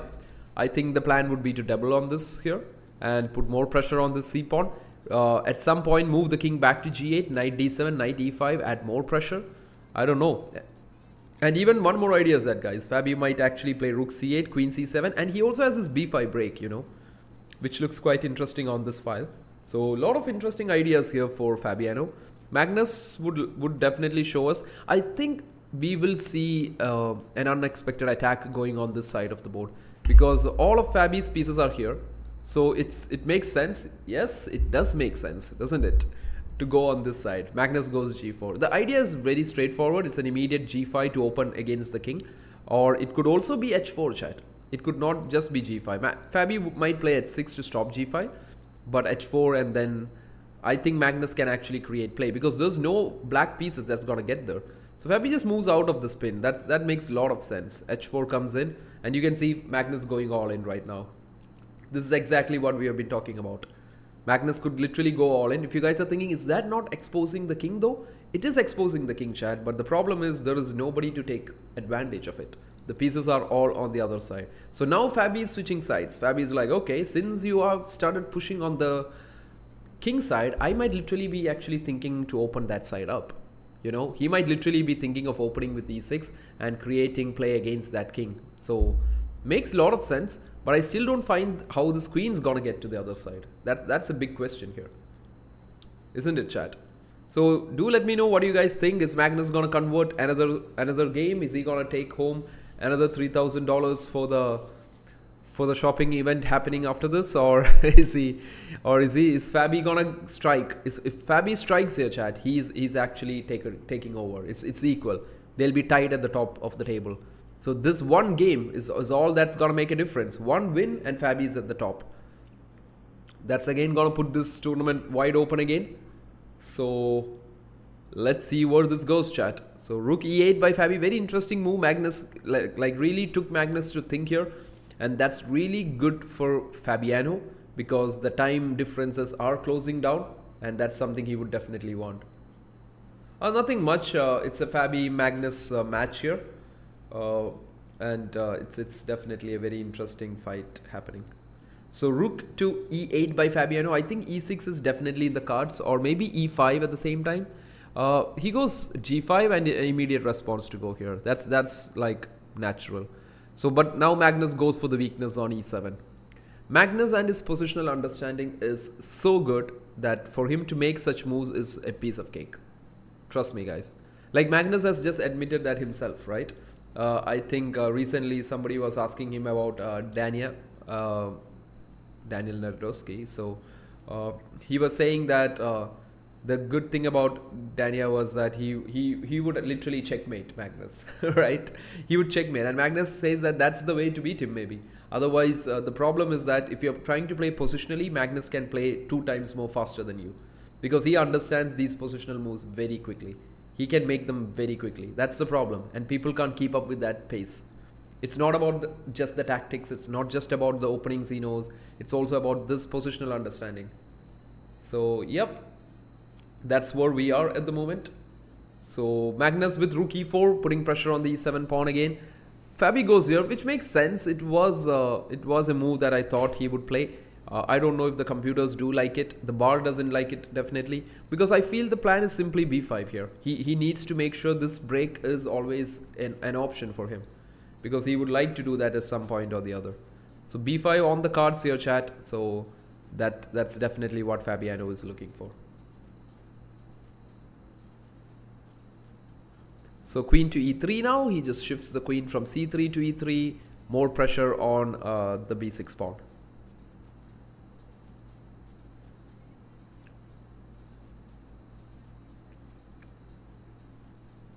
So let's look at what Fabi might try here. I think the straightforward idea should be knight e5. I don't know if f4 would ever happen. Can't happen immediately, I guess, because of this hanging c4 doesn't look that safe to me. So definitely that would be something he will be trying to do here. So Fabiano is down to 3 minutes, right? So that is really going a bit low on time. Magnus still has close to 5 minutes on the clock, and that gives him the comfort of playing this. And if Magnus wins one more game, chat, then literally he's gone with this. Magnus using out those drawish endgames and positions and working on it is what actually made him at the best. Yeah, that is absolutely correct, right? He just made his strength, like he just worked on his strengths and just made it even more stronger. Of course, he might have his own weakness, but that is very, very hard to find, right?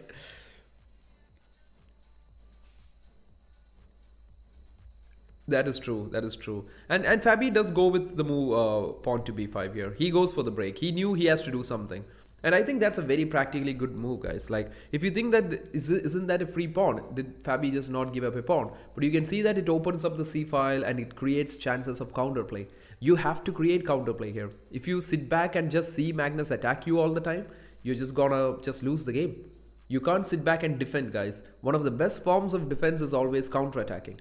You have to create problems back, just like in a game of maybe an El Clasico game. You've seen, like in soccer, you've seen what do they do? Like, they take a corner, they miss it, boom, the counterattack goes, right? Counterattack is really cool because it pushes the other players back to their own side of the ground. Just like that in chess, counterattacking can literally push these pieces back, and that's a good way to do it. The best form of defense that I feel is to counterattack. So b5 happens on the board, and I think Fabi is posing some problems, and at least the good point for Fabi is that he's at least making Magnus think. That is very important, right? You can't let Magnus enjoy a very comfortable position and let him play like that. You must make him think, and Magnus is thinking. Fabiano is really putting the pressure on Magnus. If he can win this game, Fabi, he is all in. This tournament is all in going into the final few games. And if you guys are new here, if you ever like the stream, if you like anything about the stream, you can always like it, you can share it, you can even subscribe if you like. And that would be nice. I think we were trying to hit 300 today, but I don't think it's easy. It's a very tough thing to do, right? But that's fine, chat. That's absolutely fine. Like, Whenever we does, we will. Otherwise, it's all good. So anyways, b5 has really made Magnus think, guys, and Fabi has actually equalized on time. Fabi has actually equalized on time, and now this is not easy. Okay, Magnus goes b4. He goes wrong after a long think. That is something that could happen. I think Fabi's just going to trade off the b pawn now. Takes, and he's going to put pressure on c4 while Magnus puts pressure on e7. This is a nice fight, but of course Fabi has more lines opened here so that he could create some kind of counterplay on the other side of the board. So I think he might actually take it. Yeah, b4 by Magnus. Okay, takes. Few more trades, but I think now this still is kind of fine as long as Fabi can hold this e7 and don't break here. He is still absolutely in the game. Can Magnus get through? That is the big question. Can he get through Fabiano here? Because this is the all-important game, guys. I truly believe this is the game that could decide who could take this ahead, or who would literally be going forward today. In the meantime, since Fabiano is grinding some time out, let me check something. Okay, that is fine. Okay, guys, coming back to the stream. It's Magnus versus Fabi, if you're new and if you just joined in. The queen goes to b7. Fabiano is also now looking at both the weaknesses. He's like, I'll keep an eye on this guy, I'll keep an eye on this guy. You be careful, right? So some weak points on the board for Fabi to focus himself on. I think this knight would love to be coming to e5. I think this is a game that's wide open right now. Now this is going down into time pressure. Now it's all about who makes the first mistake. That's all that's gonna take here. This is something I usually play with Stockfish. You mean the position? Queen goes back to c7. Are they going to repeat, chat? Oh, what is that? Oh, sorry. They played rook c7. Magnus just traded off this. And that's such an interesting positional trade, right? Because that trade has literally activated this bishop to be a much better piece now. I don't know whether, like, bishop c6 looks like the move to play. b4, I'm not sure if he can even take it. This looks quite equal here. Like, if he goes bishop here, I can go knight c6. My knight is equally strong as the bishop. And Magnus also has a bit of an exposed king. So he has his own problems, chat. Or would Magnus literally go for a trade and say that, okay, I'm done with this game. I'm not going to try anymore. Would that be the thing? Because that could also, Rogue Season was about to say that, yeah, that's cool, right? Because, yeah, you see that, chat? Magnus, I think, Magnus doesn't want to test Fabi here. He's like, okay, we got one more game, Fabi. Let's see. Let's see who gets better of that. But that is going to be good for Fabiano because he's getting the white pieces. And as far as what I've seen from the first 2 days, Magnus has had a really tough time facing Fabi from the black side. He has got great... Day 1, Fabi was completely winning from white. He lost the game, unfortunately. Day 2, he just took Magnus down completely from the white side. And this is day 3. And I think at this moment, I don't see a way Magnus can pocket that 3K. The 3K dollars is not going... The 3K is not going home this game, guys. Fabiano has got this very well. He knows how to hold this. If someone has the skill to hold this, that's definitely Fabiano. Queen f5, activating the queen. That's absolutely the way to go. Because of these overextended. At the moment, these pawns now look a bit overextended here. They can turn into weakness if Magnus goes more into it. So I think Magnus has to hold the position clearly and just wait for a simple draw in this position. I think that's his best chance at the moment. So rook goes to c7. He's trying to put pressure there, and yeah, let's see where this goes.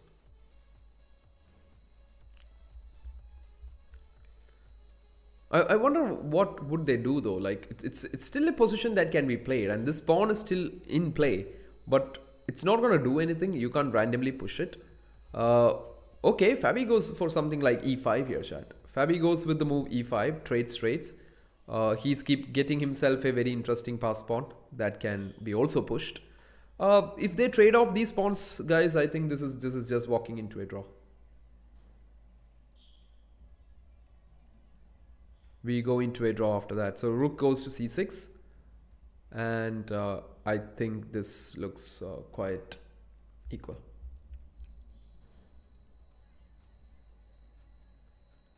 So now it's just I think they might agree to a draw very soon.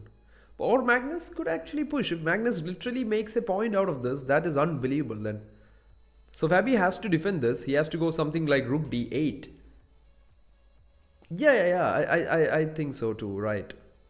Yeah, and even if Fabi loses this pawn, I think it's still holdable because of this very exposed king on the back rank. You can give some checks and you can just simply get out of this problem. Ooh, was that needed, my friend? Because now have you just given a checkmating square? I don't know why, chat. Like, how does Magnus get this? Like, how does people literally give Magnus this chance? Okay, maybe what is he trying is that Fabi is trying is you take it and then I'll go queen. What do you say? Queen e5 here. That could be the whole plan. Oh, what just happened? He gave a check. Okay, and then he takes. Oh, Magnus didn't take h6. Oh, why did Magnus not take it? I thought he would take this because there's a direct checkmating threat on g7, right? I thought he would take it. Okay, rook d6, queen e1, king g2, pawn takes g5.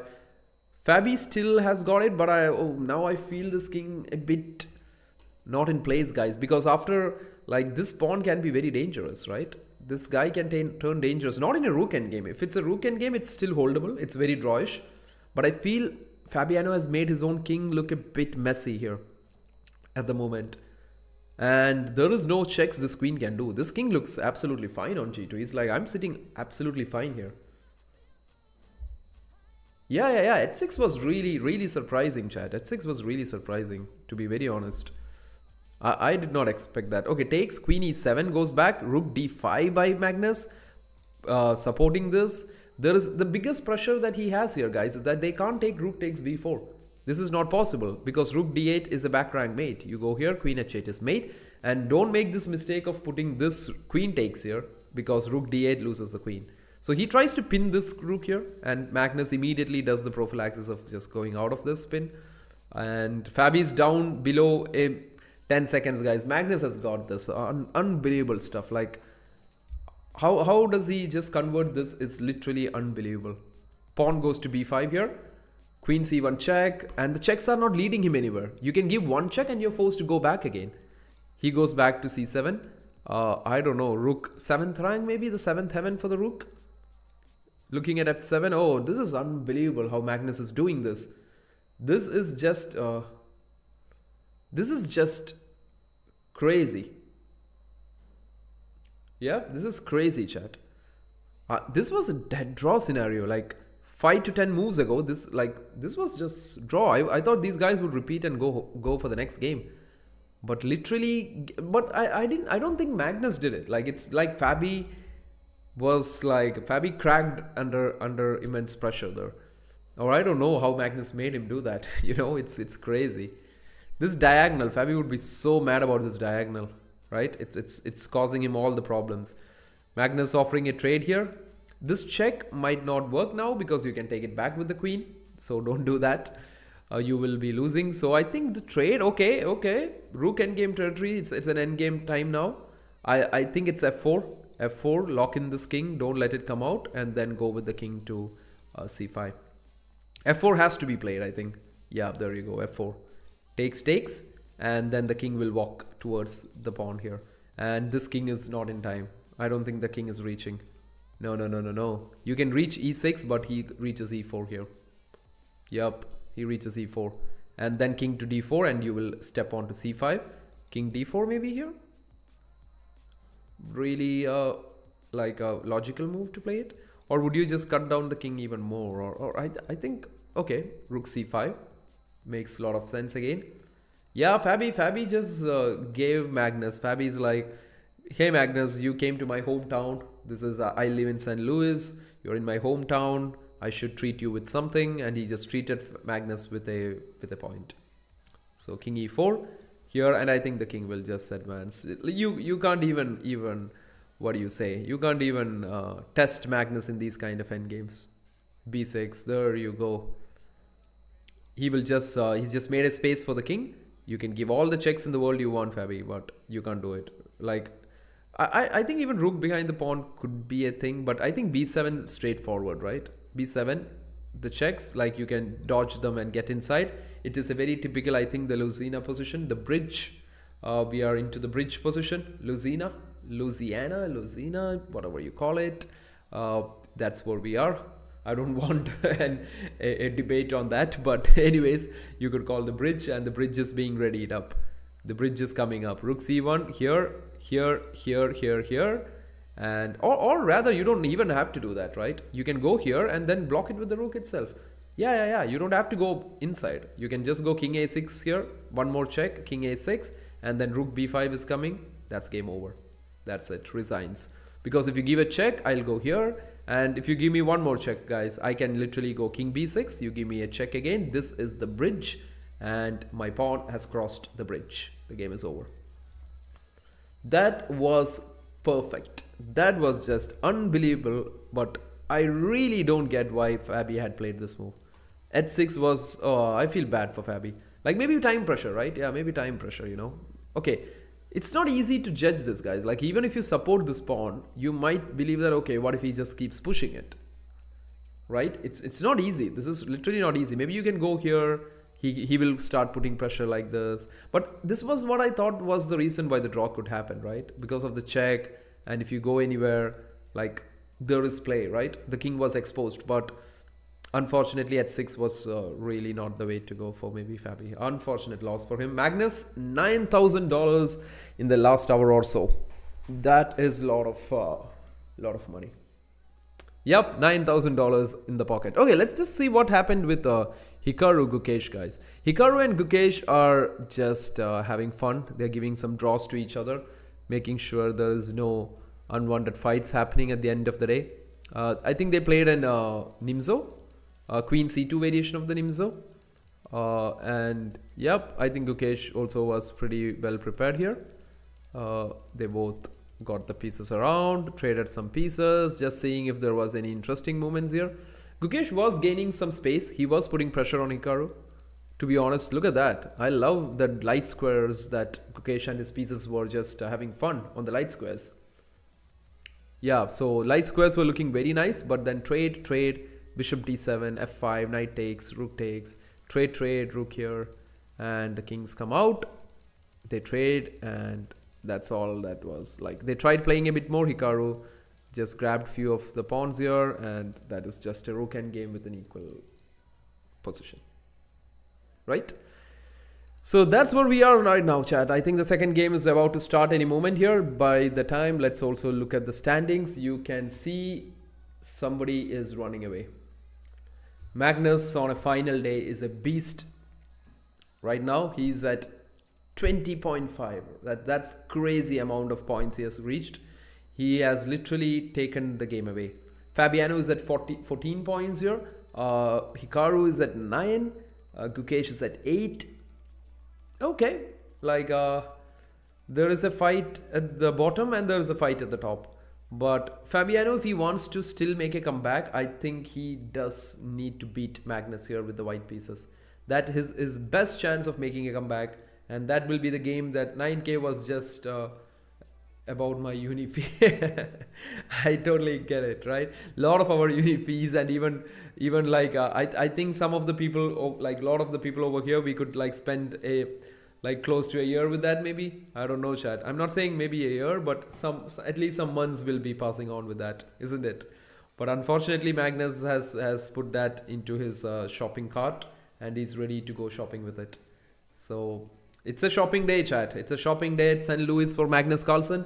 He has already shopped 3 points from the players, and that is a total of 9k and 12 points in general. Magnus Carlsen has just completely taken over the field today. And here we go. The next games are about to start.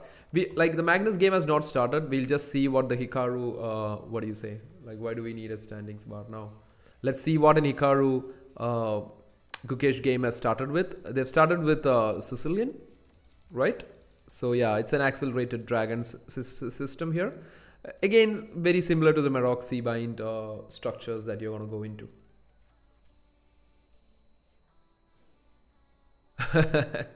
Yeah, exactly. Magnus is gonna go home with a bunch of bags and tell his son, like, look at what all your chess chess friends gifted for you. Like, this is from Hikaru, this is from Gukesh. Gukesh has given a lot of gifts.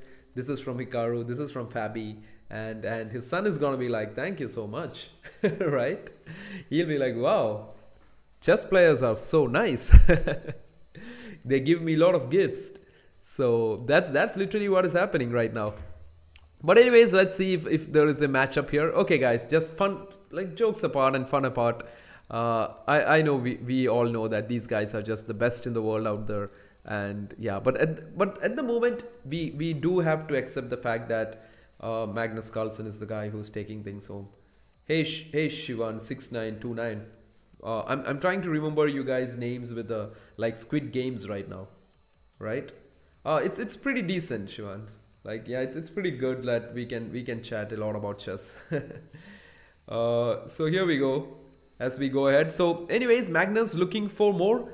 I don't think so now. But the thing is that, guys, like Magnus, the problem when somebody like Magnus is gaining such a big lead is also dangerous for the opponents, because now he's at 20, right? He's kind of like 6 points ahead. He will be so free, like he will feel so relaxed that is an even dangerous player to play. He'll be so relaxed that he'll be like, I'm gonna go for the kill every game now. I'm gonna go in for you guys every game. What do you do about it? And that's an even more dangerous scenario to be in. 2200, yeah, I'll take that, no worries.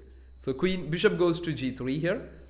Pretty interesting position for Fabi out of this. I think it was bishop c5 now by Magnus, just activating the bishop. I think Fabi will definitely go with something like knight c3, knight d2, queen e2. Okay, first of all you have to save your queen, right? That's a good point. Yeah. It's not injustice, guys. It's like I think it should be very motivating for the other guys. It's not because of the fact that there is it is a final boss you want to beat, right? For everybody out there, for whoever is playing chess, Magnus can be like that. Like when you play some games and stuff, right? You play this story mode games. There is this final destination you want to reach, right? This could be it, the final level of it. So we can just see like that and just keep going. That's actually what makes this fun. If there was no final destination, what is the whole point of the journey, right? So I feel Magnus at the moment is the final destination of chess. And here we go, chat, and Magnus is slowly building up. But trust me, don't count Fabi down. He can strike in such games. With the white pieces, he's so solid, he's so well prepared, and it's very hard to break him here. But if somebody can break him, it is definitely going to be the guy who he's facing right now, Magnus Carlsen. He's in a form of his day, like out of all the 3 days, today has been the day that he decided to be in form. He comes in, he takes down everybody, and he's like, okay, now I'm ready. No old Indians today, no old Indian openings, no sidelines, nothing. I'm just gonna go all in, my all preparations, and I'm just gonna take people down. So that's what he's doing. I remember Esipenko beat Magnus in Classical, and he actually got a chance for Invitational. Oh, really? Esipenko is good, right? He's a good player. He's pretty good. I think he also did quite well. I watched his games in the esports World Cup. He's a pretty nice guy. He talks well. And can you believe this, chat? Can you just believe what this is showing? Like somebody puts a rook from A1 to D1 to an open file. 1 second. To an open file, and they say it's a mistake. Chess is hard, right? Chess is really hard. Trust me, it's hard. You can't learn this game. Okay, maybe. Oh, okay, maybe that's why it's bad. Is it? But bishop a6 hits the queen immediately. Magnus. Oh no, good lord! Don't tell me like the 12k is loading up. Duda is really cool. Duda really gave Gukesh a tough time at like in his home country, Poland.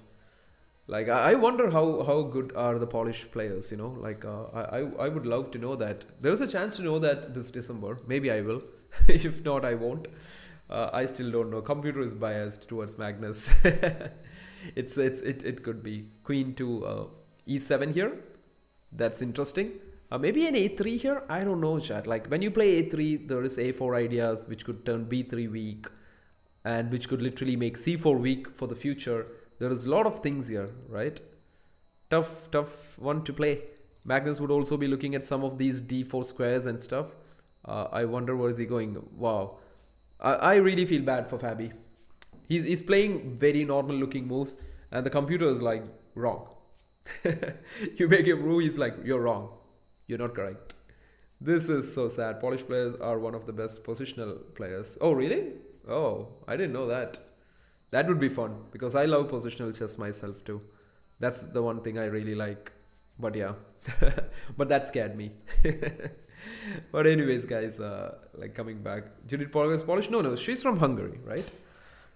I think she's from Hungary, as far as I know. Even though I don't know where she lives at the moment, but that's what I feel.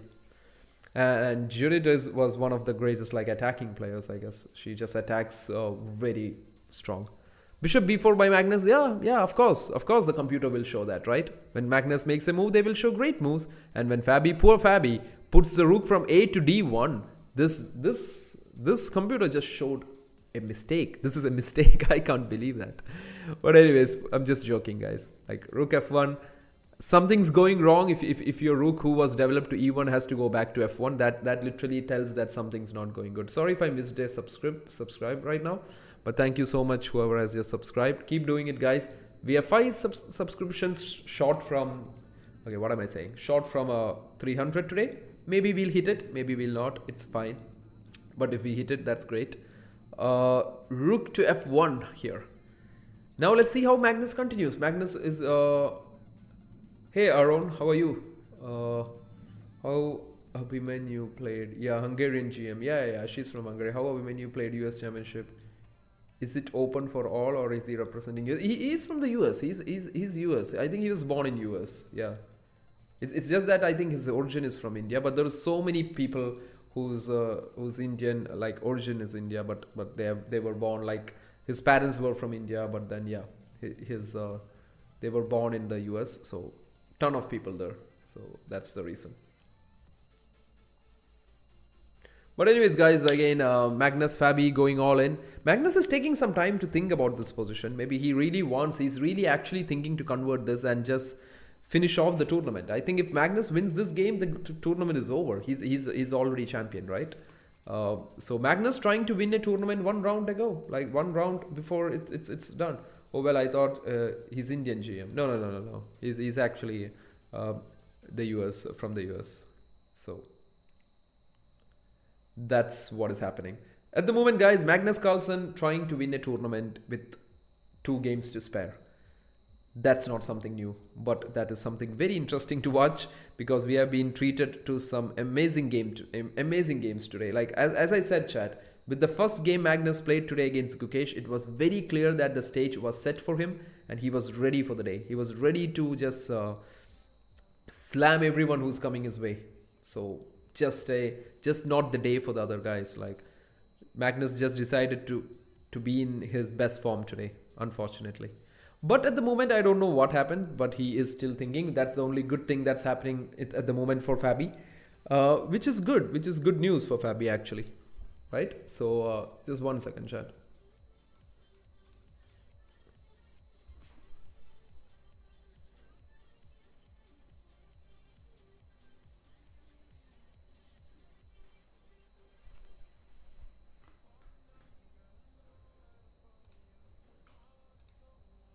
Oops, yeah, back.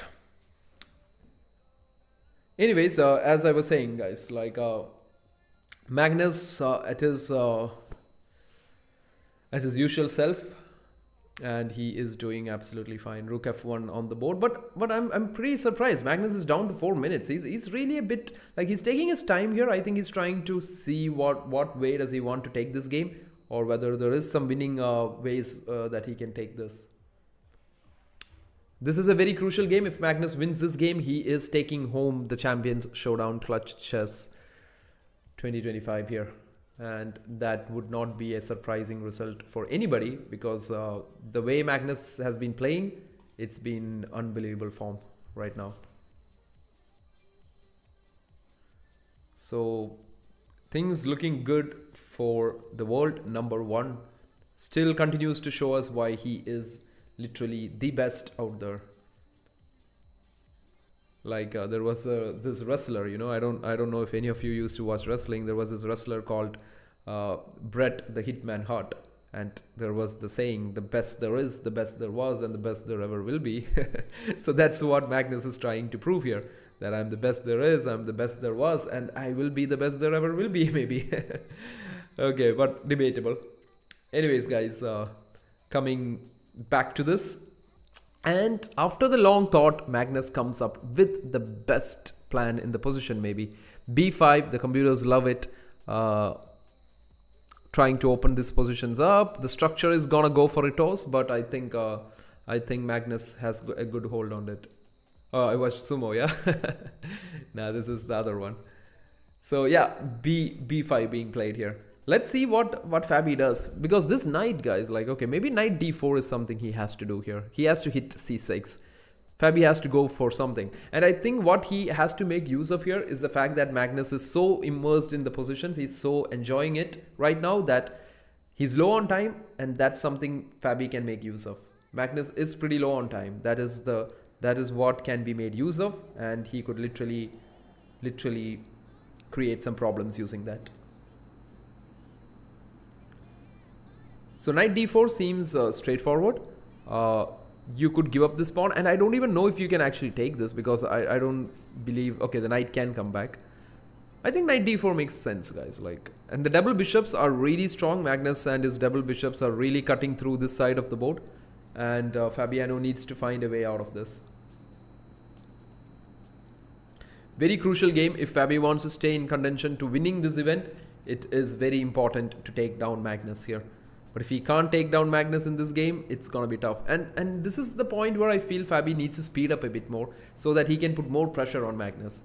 Because if he's taking time, that's helping Magnus to consolidate his time pressure. Fabi literally had close to double the time of Magnus at the moment. So if he can speed up here, add some pressure on Magnus, that would be the best way forward. Because the position is not really exciting, but the time pressure could really make Magnus like create some errors here. But yeah, that's what I hope Fabi will do. I hope Fabi will make some quick moves here and put the pressure back on Magnus. But if he doesn't, it is a complete Magnus show after that. Let's see what happens here. Magnus on day 3 has been like 3 on 3. He won 2 games against Gukesh, took down Fabi in game number 1 now. This is the second game. He has 2 more games with Hikaru to finish off the day. I don't know, guys. And if you guys are really want to improve in chess, you want to get better, you must watch these games of the highest level, so that you can understand what are their plans, how are they playing it, so that you can try to take something out of it and put it into your games. Yep, that's why he's the greatest, right? The best there is. So that's the reason. But that's the thing, Fabi, I don't think this time that Fabi is taking at the moment is I really won't agree with it. I think he should have like played a bit quicker, because the only way you can add more pressure to Magnus is by putting him under time pressure. But now you can see that Fabi has actually used up all his time, and now it's literally almost equal. Because that's I think it's a bit of a psychology in chess, right, guys? Like, imagine you have a lot of time, your opponent has used so much time, then you kind of get this feeling inside that, okay, I have some time, so I can use it. And literally you start using it till a point where you are kind of similar to your opponent, and then you find yourself under time pressure. Instead, maybe if Fabi had like gone a bit quicker here, I think it would have been better. Maybe it's hard to find a plan here, chat. I don't know. I know it's not as easy as we sit back here and talk about it. What do you think if Fabi win candidates and play in the World Championship, Gukesh, then does Gukesh have a chance to defend the title? It's a 60-40 there. I would go 60 with Fabi and 40 with Gukesh, because Gukesh does have good results against Fabi, and I feel Fabi's experience is immense, his understanding is immense, but yeah, I would give it a 60-40. 60 for Fabi, 40 for Gukesh there. I wouldn't say that he can't come back. Oh, the Halloween, yeah. that would be some good few days to have right now. So Is classical Gukesh is different. He learns a lot. Yeah, Gukesh. Yeah, okay. See, guys, Fabi did go 94. I don't think that all the time he took for it was worth it. Now the time is even equal. That's the whole issue that I feel about it. Is he gonna go with knight c6 chat? Like, is that good idea? Because they have c3 coming up, right? You can't go for that. I think this is what's been bothering Gukesh. Fabi. So I think Fabi has to go knight f5 maybe and just put some pressure on here and just get queen g4 in. Just like how we say about in a normal game, go and checkmate your opponent. Let's see if he can do that.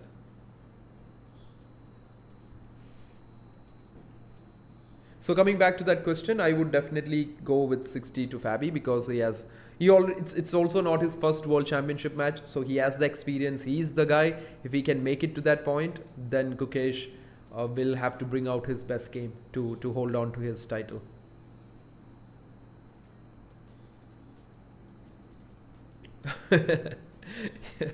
You don't want one more vampire, do you? That's interesting.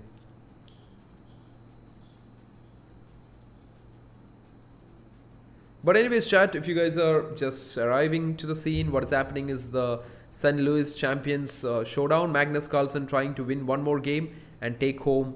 Good God, don't tell me that Magnus is going to take one more game today.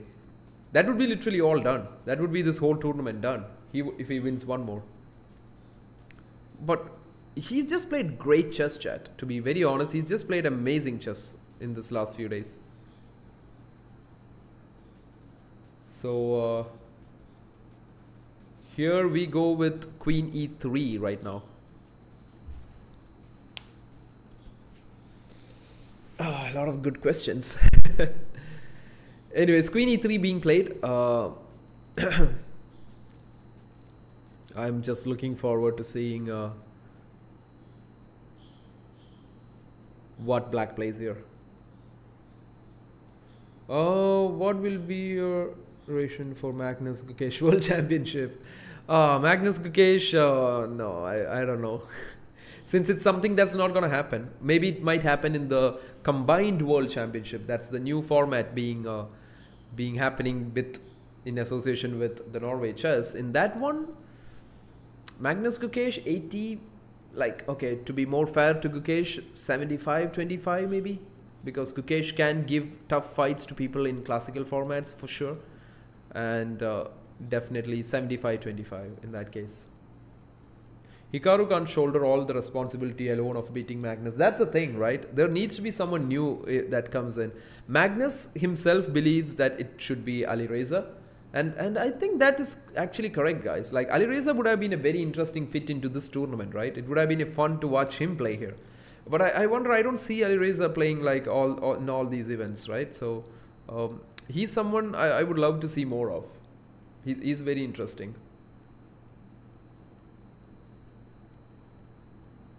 Oops, I think my one of my mods finally came in to do something.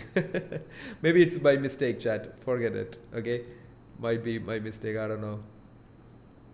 Or maybe repeated question or something. I don't know. Okay, but that's fine. Anyways, a3 being played here.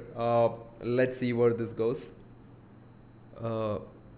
Or it might be something that I created as auto things in Streamlab or something that worked badly against me. So a3 being played. So just forget that, man. So a3, I think bishop c5 maybe, or can he just even play this? Oops, my mouse. Yeah, c3 here. Is that a thing? You're attacking this, but I don't know. I don't think Magnus is gonna give up that many pieces, right? Maybe bishop c5. Very logical idea to play, or anything else could have been. Yeah, we actually had. Yeah, that's very rare. Yeah. I need to find some mods and stuff, guys. Like I need to do some stuff and maybe work on something. I think Vincent Kamer would be a worthy opponent against Magnus, as his understanding is just we see in just 960. Yeah. Vincent is really good, Oh wow, whoa, no, like it's that day that Magnus finds everything, chat. c3 on the board. Magnus just literally is finding everything today. He's like going in for 4-on-4 right now today. Fabi is under pressure, chat. Fabi is down to 2 minutes, but I still believe Fabi can turn this thing around if he focuses more on the time control. Because Magnus is down to a minute. Magnus has made a lot of great moves in this game because of the reason that he has spent so much time. But if Fabiano can make use of it, then this could turn. How many years you guess Magnus plays? I think he can easily still play. Hey, Nagiz, how are you? Nagiza, how are you? Yeah, I think easily 5-10 years for sure. For sure, easy. 10 years maybe for easily he can play. But maybe, you know, like he doesn't wanna, he doesn't, he wants to stop when he's at the top maybe. I don't know about that and all, but I think he will definitely bless the chess world for many years to come. Maybe until until he makes his son a grandmaster at maybe 6 years old or 7 years old maybe. And then he'll be like, okay, time to hand the baton over to my son. Now he'll take care of you guys. That would be funny. That would be really funny. While Hikaru would be prepping his son to also beat, or son or daughter, whoever it is, to beat yeah. Yeah. Gelfen is an amazing player, to be honest. I read one of his books. His books on decision making in chess. It's a very interesting read with a lot of stories on Akiba Rubinstein and stuff like that. It's a good read, if you ask me. Like Gelfand is a masterclass on positional chess. Okay, guys. So Magnus taking this grind slowly back in his favor. Things looking good for Magnus here, and that is not looking good for Fabi, because if Magnus wins this, he has just won $12,000 with the last 4 games. With every game he wins, he gets $3,000, and on top of that, 3 points for each games. This is just so much, right? So pawn takes c3, the knight. Okay, I don't know. I hope Fabi does something back here, and I think Magnus is just gonna save the bishop. Oh, bishop c4. I think he should have, like, he could have saved the pawn, right? Because now Fabi can take it, attack. Oh, was that a slip by the board or something? Because why would Magnus play it here? Because he'll take it and then he'll even take a5, right? He'll just run away with all the pawns. But with the kind of day Magnus has, Fabi doesn't do that. He takes a5 directly, which, okay, does make sense. I'm sure Magnus is going to pick up the pawn on e4 here and let Fabi have this pawn on c6. But unfortunately, Magnus is ahead in an exchange, and this whole event could end right now. So takes, rook takes, and knight takes maybe c3, or maybe an in-between move of f3. Okay, be careful, Fabi. You're going to get back rank checkmated. I don't know, guys. One pair of rooks being exchanged here is also going to make things a bit more harder. Yeah. So it's not going to be very easy what to do here.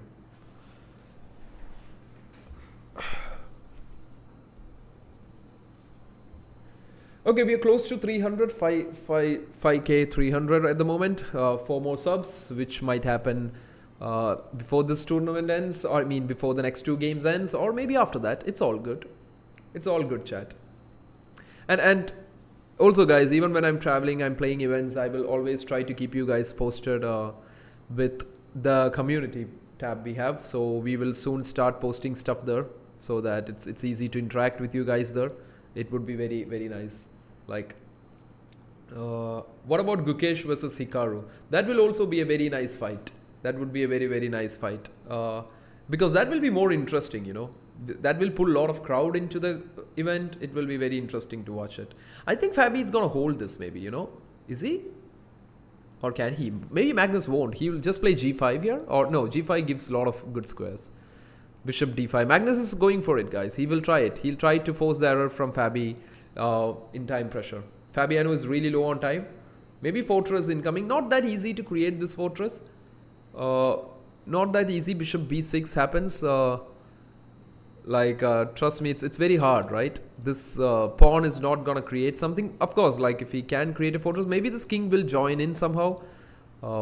This f3, I don't know. Yeah, as you said, like if he can create this structure of the bishop helping the knight helping the pawn, and if he can keep this going without falling into a zigzag, then it's better. It's good for him.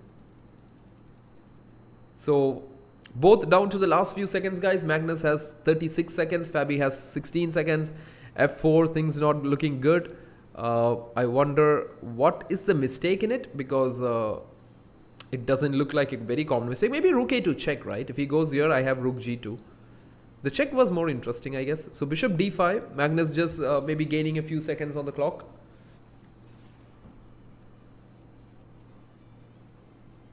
He can give me false hope. Yeah, so g5 takes 6. Now that's a bigger problem, chat. You see the pawn structure is drifting away from there, and these pieces are too far away to save these guys. This is gone. I think that's gone. This is gone for Fabi. The pawn structure just drifted away from where his pieces are. Yeah, oh, Gukesh lost. That's sad. He's had tough days now. And Magnus manages to get this pass pawn. Rook comes back maybe to a3. Rook comes back, but don't worry, that pawn's going nowhere until you have this bishop here. I think king h5, and we start with the g5, g4, king h4, g3 plans. Yeah, there we go, chat. There we go. Venki, same can be said about Gukesh. Day one looked crazy for him, but then yup, it's been a downfall for Gukesh. I hope this doesn't affect him into the going into the World Cup, like the confidence part that I'm talking about. I hope he's learning it, how to deal with all these pressures and stuff.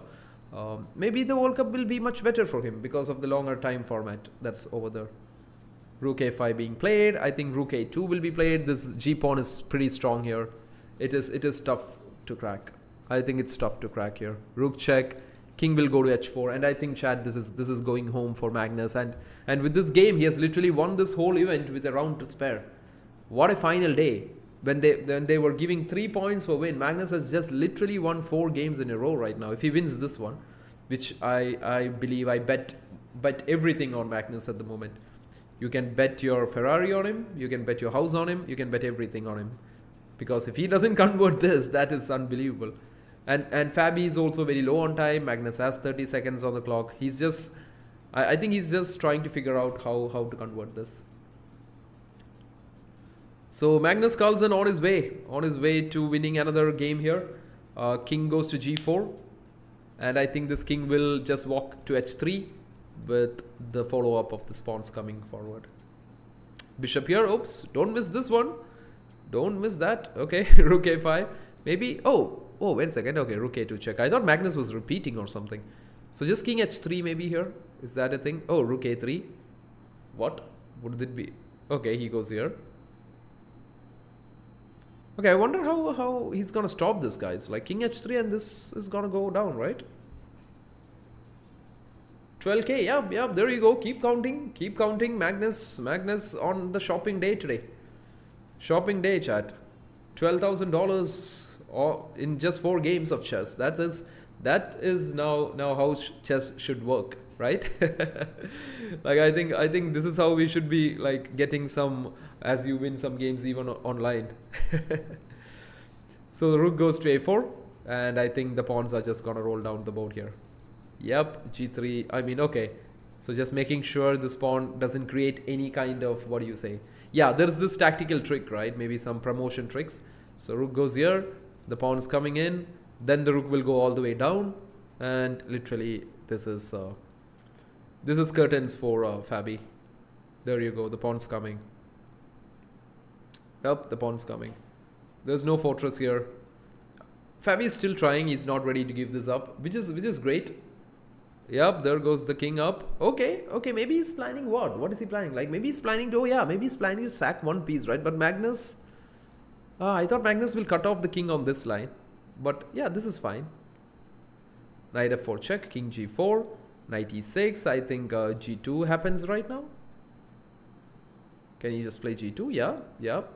And now Magnus will hunt down this guy, right? Oh, there you go. The bishop's like, you know something? I can go from one end to the other diagonally as far as I want. There we go, chat. Magnus is so ahead of others, even playing after long breaks. Magnus it's not about the breaks, guys. He has, of course, come here with a lot of preparation. He mentioned that he has prepared a bit for this. Peter Hain is also with him, so makes a lot of sense why he's playing good chess. And at the same time, see, guys, your understanding about the game will never go away, right? Of course, the touch is very important, but your understanding is like, how can that fade away? You know something like It's like maybe, I don't know, guys. They say it's like swimming or something. They say swimming is something you can never forget, right? You won't forget swimming, would you? So anyways, I think Magnus gets that bishop. Now the king is gonna go back on a walk here. Check, and then the king will just... Oh, can I? No, I can't go there. That's a mistake, guys. Because if the knight can trade for the bishop, it's a draw, okay? Keep that in mind. If you go here, check and trade it, then the king, and this is a draw. King pawn versus rook is a draw. So Magnus needs to be careful here. If white can trade this knight for the bishop, that's a draw. Yeah, there you see. That's why the bishop drops all the way back. That's very important for him. Yeah, that's very important. I think knight c7, king here, king f5, promote, check, and you still win this, right? Yeah, you can't promote because rook a1 check, and we pick it up with the bishop. So Magnus is really showing why he is the best in the business at the moment. Yeah, I think it's all about the king coming closer. Yeah, it's all about the king getting closer here. Yep. I don't know what the knight's doing, trying to get the rook maybe. Give a check, or just put it on this line. Just cut down this king. Maybe rook b3. Yep, there you go. Attack the knight. He's forced to go back somewhere, b5. And then the king goes to d7.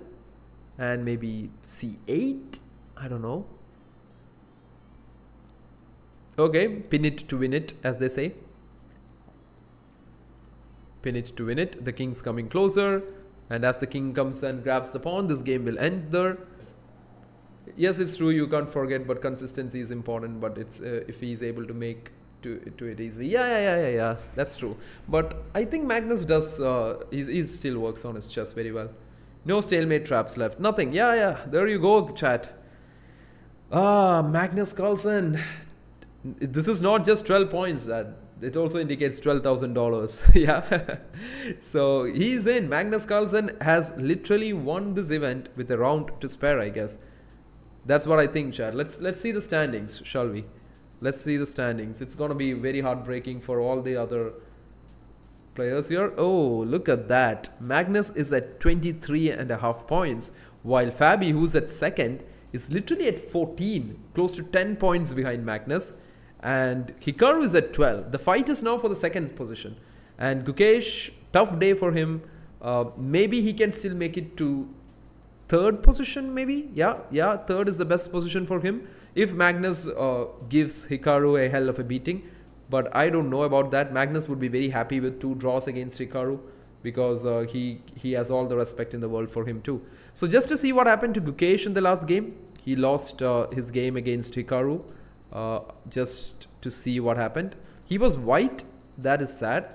It was an accelerated dragon. We had oops, why do we need the bar again?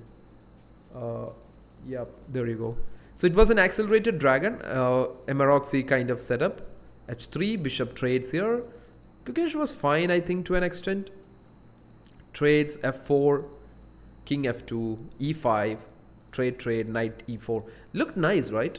I think this was a fine position. b6, knight d5. Look at those knights, chat. Gukesh and his knights were doing very well against Hikaru. Rook b8, b3, bishop f5, knight g3. Okay, computers are not liking that. e6 by Hikaru. Takes, knight takes. Okay, knight f6 check, king here. This looks like a very nice position, guys. But the problem was that this file is opened up. This is an amazing piece here. I think Gukesh, did he take this this pawn? Yeah, he did. Because otherwise, black would have played h4 and it would have been crazy bad for him. Magnus is closing in 29 or 27. What is your prediction? I don't know. Maybe one more win and a draw. Or maybe 2 draws is also possible, because he does have the respect for Hikaru. He might be happy to have 2 draws. I don't know. But Hikaru, yeah, I'm just saying, like, I think Gukesh had such a nice position, guys. Like, his knight on f6 was well. He grabbed few pawns also. Look at that. Gukesh is like, how many pawns does he have? 7 pawns. Hikaru has 5 pawns. He's up by 2 pawns in this endgame. And that... Oh, did he... Why did he just give this a2 pawn? That's really surprising, chat. He missed knight e4. Oh, he missed... that's really sad. Because it was some unbelievable calculation from Gukesh, actually. If you guys think that Gukesh just randomly made a blunder, don't even think about it. Like, he played h4, he saw rook d7 check, he saw h6, he saw knight h7, king here, knight check, rook f7, and he might have seen that this is a forced mate, right? It's a mate. The Arabian mate, I guess. That's what we call this, right? It was a forced Arabian mate, and Hikaru had this deflection of that defender. Knight check, and now the moment you're forced to take it, they make it a queen. You can go back there, but unfortunately, you just can't escape the checks. And that's sad for Gukesh. That's sad. He tried. He didn't lose just like that. He really tried, and it just backfired. That's all. Tough luck for Gukesh there. Fun game. That was a nice game though. Okay guys, so we are in for the final one for the day. It is Magnus versus Hikaru coming up. Get ready. This will be the finish that we are going in for. But maybe I'll just leave you guys before the game starts with the standings at the moment. Get something to drink, and we will be ready to go for the final 2 games. I hope to see you guys there. I mean, I'm not going anywhere, but still, I hope you guys are here. Let's put up the standings here. Yep, get ready for the final 2 games. It's Hikaru Nakamura versus Magnus, Gukesh versus Fabi. I think we'll watch both the games actually. We'll try to watch the Gukesh Fabi game. That's also going to be very interesting. I would love to see that. But Gukesh played for a draw with knight f6 and knight f7. No. I think knight f6. Oh yeah. That one, right? Yeah, exactly. There he was repeating. It was either repetition, or he might have thought either repetition or he's going to win. Maybe he missed that the king could literally go to h8. Because he thought rook f7 would lead to a forced mate, but then knight e4, forced to trade it, and then the queen is something maybe he just missed out. Happens, guys. Like, it's a rapid game. You're below 1 minute. Like, as they say, there's no heroes after that. There's nobody's a hero after when you're below 1 minute.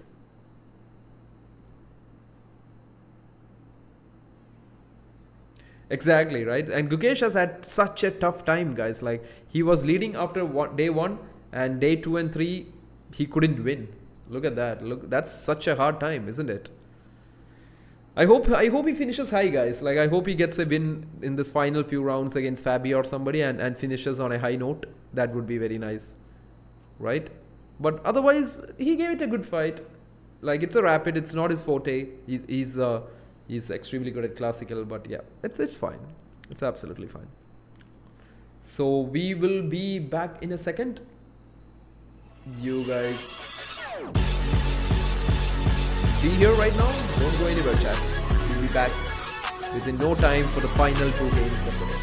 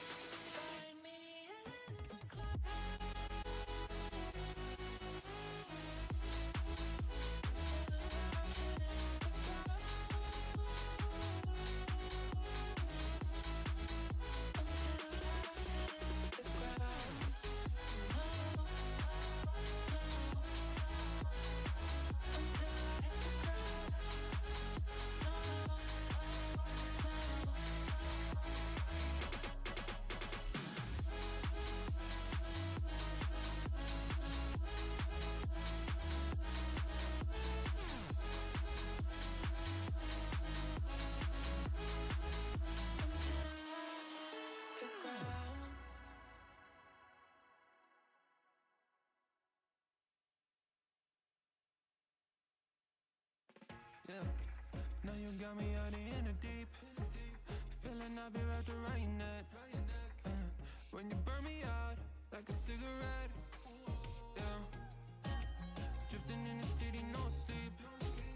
Don't know where we headed for next. Maybe we should get lost in a sweet escape. You tease me and you touch me. I'm going crazy about it. Keep saying that it's nothing. So tell me what to do. I'm losing all my cool. Feeling like ain't nobody else around us. Ain't nobody else around us. Got me breaking all my rules.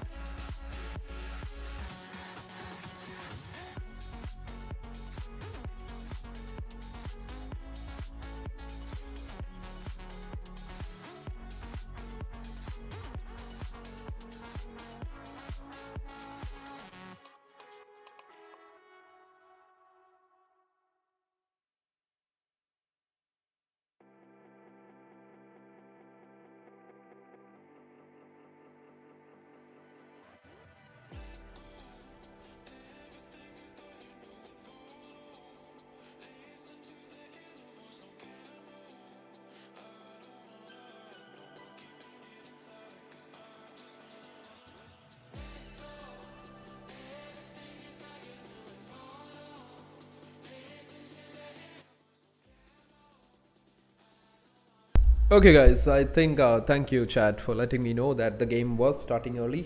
I was just chilling around here and doing nothing. So good to know that. It makes sense, right? They don't want to waste any time on anything. So here we go. Give me a second. My cam is back, and here we go. Yep. So what do we have here? Fabi goes for an English. Yeah, Fabi is like, okay, now let's have some fun. Fabi is been playing this Fianchetto setups a lot in this event, including the King's Indian that he played at the beginning. I hope the music's not too much. Yep, there you go. Magnus Hikaru is on as well. Oh, really? Okay. So we'll get back to this also. Yeah, there you go, chat. Let's see if they're really going for a game, or maybe it's just that Magnus is not in a vibe. Okay, that's a pawn there. Magnus says that, okay, now I want to have some fun. I've already won the tournament. It's now time to have some fun. Magnus gives up a pawn. He's like, have it. Let me develop. This is going to be interesting, chat. So, hyper accelerated dragon. So, Magnus Hikaru, here we go. Knight takes, bg7, and Magnus, I think it's more of like the one where you give in the Smith-Morra gambit and stuff, right? Where you give up the c3 pawn and you're like all gone. Yeah, Smith-Morra, yeah, exactly. Yep. I had a friend who used to play this, and I used to think like, how in the hell does he get a playable position? Then every single day I see him play this, I was like, you actually do get a good playable position. Wow. He used to get all the developments, and he used to play well, you know. I think I used to like this d6 or e6 knight e7 ideas also, but that d6 square used to become very weak in that structures. But yeah, I think Magnus wants to give Hikaru a run for the money, or maybe Magnus is playing. That's the fun thing about this, right, chat? Like, he's still playing for the 3K. He has already won $12,000. He could literally go home with 18K right now. So that's what he's actually playing for. I never accept the gambit. Oh, really? Oh, what do? You play d3, is it? You just give up the pawn back with d3? Some people do that. Or I think some people just keep it like that, try for some other stuff and play d5 themselves. Oh, you give back, yeah? Okay. That's actually a smart way to play chess, you know. Sometimes if you're facing any gambits you don't like, guys, just give it back. Just boom, take it back. Magnus going for another pawn. Like, okay, so here he goes with e5 now. This is interesting. I think that is a typical trap or something, yeah? Here. But I don't get it, guys. Like, why can't he take it? Like, okay, I understand if the bishop was not here, then e5 takes, bishop f7 ideas and all was there. But here, does that actually work? Like, he takes with a knight, bishop takes? Rook e1 maybe, yeah? With bishop g5, oh, wow. So this is going to be some fun games, guys. I think Magnus is having some fun here. He's teasing Hikaru with all these pawn sacrifices and is playing chess like crazy, a madman. Yeah. So he's like, I'm gonna have some fun right now. If you give me more, it will be better. If not, let's have a fun game here. Queen b3 is a thing, yeah, but isn't b7 supported? Like, e6 won't work? I don't know. Let's see. It could be, yeah, it could be a thing. I think rook e1 also could be a thing to hit the bishop immediately. Because rook e1, you're threatening that, right? Okay, Hikaru has already gone nuts about this. He's like, what the hell is happening? And Magnus can now literally take on d6, chat. Like, can't he just take and just go rook e1 at the perfect time and put Hikaru's pieces stuck in the center? This is Magnus. This is the problem, chat. When somebody is like doing so well, it's very hard to hold on to them. Like, Hikaru is like, why in the hell do I have to play Magnus right now? Knock out of the books. Yeah. This is dangerous now. Like, Magnus is most dangerous self at the moment. This is not the time you want to play him, because he has nothing to lose. And as we always say, for someone who has nothing to lose at the moment is the most dangerous guy you can face, because Magnus literally has only 3k to lose, which he has already farmed up a lot, right? So Magnus opening some lines in the center. Knight d5 can happen, chat. This is so tempting, right? Oh, a lot of initiative for white here. Knight d5 can happen. Rook e1 is an option.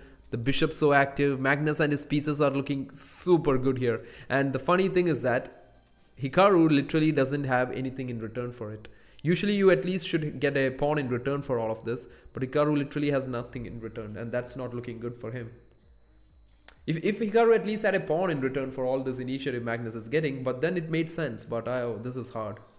This is hard, which literally gives Gukesh a good chance to fight for the third position. You know, if Magnus takes Hikaru down, then Gukesh can literally somehow sneak into third position, which would be such a morale booster for him, right? He would be feeling so good after that. All you guys who are watching here, this is the last few rounds of the Champions Showdown Clutch Chess final day. Magnus has already won the championship with 2 rounds to spare, and now he's going for the $3,000 that you win for every game you play. So he's going all in, chat. He's like, why would I even need a draw here? let's put some more into the bank here. So knight d5, the queen's put under pressure, attacks the bishop. The bishop would just retreat back to b3 here. Then bishop e3 comes with an attack on the queen. The rook's would be ready to come to c1. The good thing for Hikaru is that this bishop looks pretty active on this diagonal, and this knight can always come to f5. This bishop can join in. Never ever fall for some crazy stuff like that. Be careful. Rook e8 won't work because knight c7, you get forked. I'm pretty sure they will see all that. But any of you guys who are watching, welcome to the stream if you were late or something. No worries. And if you like the stream, if you like what you see, you can always subscribe and stuff like that. I think we will hit 300, if not today, maybe tomorrow or in the next few days, some point. But this is the final day for this, guys, and we might also be streaming the World Cup starting next week, so that would be again some fun times with you guys. We get to see some classical chess with a lot of time on the board. We have all the time in the world to watch that. No rush, nothing. But as of now, let's get through this game where Magnus looks to be very comfortably poised here. I think something like, even like for Magnus, something like an h3 would also be nice. You don't want to have this annoying pin, but even if he pins you, you can play h3 at that point because he can't go back. That's not looking really nice. He might have to take, queen takes. As I said, guys, like this is good, but there is a lot of moves here. It's not as if like Magnus has completely taken this away. Hikaru has his own chances. It's still anybody's play at this moment.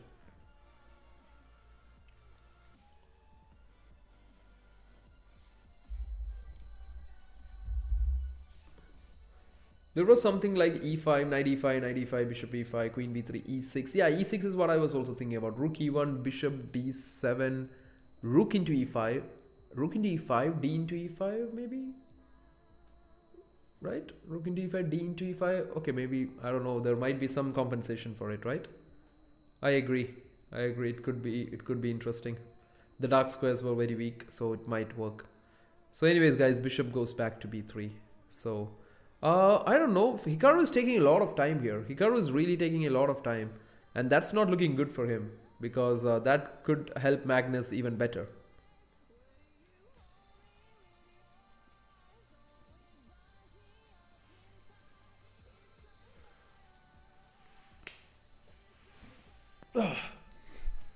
We need some stretching, chat. I hope all you guys do some stretching at the moment and make sure the body is all good to go. Anyways, guys, coming back to this, bishop to b3 looks good for Magnus here. I think I would choose white any day here.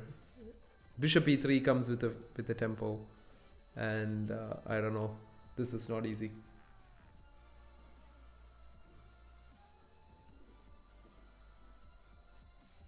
Yeah. So bishop goes to e6 here.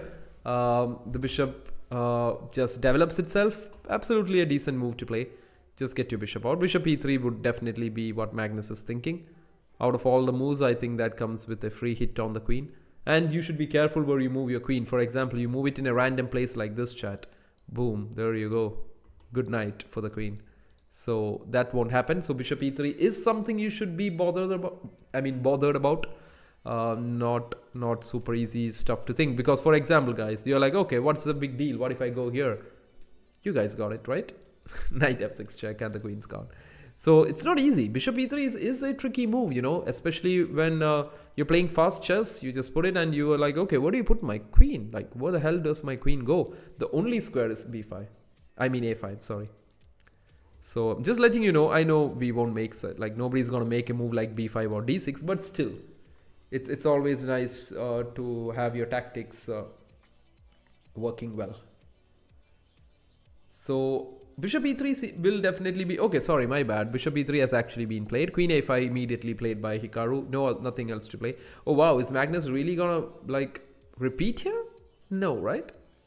I think he won't repeat. Oh no, he's not repeating. My bad, guys. Like if you go here, he's not repeating. He's trying to get one more free move with rook c1. My bad. I'm like, are they just repeating? No. And even you can go here and just neutralize this very strong bishop that's on g7, which is also not a great piece you want to mess around with, because that's a good bishop. You don't want a good bishop to be in the position, right? So just try, get it out. And that's where we are right now. So queen comes to d8, bishop g5. Oh really? No, it's not a draw. Are they really? Would Magnus be excited for a draw here? Is he really not playing for it? Or maybe knight f6, chat. What about knight f6 check here? That would be interesting. You can't take this. That will be dead for the king. That king is dead, chat. If you go knight f6 and take back, and that king is dead. Like the dark squares are so weak that I don't see where that king would ever go from there. It's really not working well for it. So that's where we are at the moment. Let's see what Magnus goes here. I pretty much hope he doesn't repeat, you know, like I really hope he doesn't repeat. I hope he goes knight f6. It would be nice to see a game. I know he did give us 4 amazing games today, but just for the fun of it. and he already knows that he has won this whole event, so he can literally go all in. He doesn't even have to hesitate here, does he?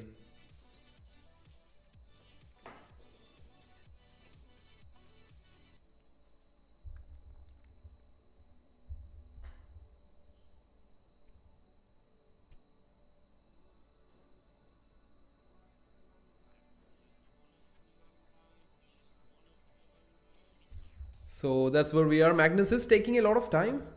He's down to 3 minutes. That could be something he has to think about, because you don't want to give Hikaru a time scramble, do you? I don't think he would. There's no need for him to repeat. Like knight f6 check, king h8. Yeah, he might be thinking what after that, right? That is true. That's literally true. But I really hope there's a fight. We get to see a fight. Magnus doesn't go for the repetition when the position is gonna look equal right now. So that wouldn't be what we want, right?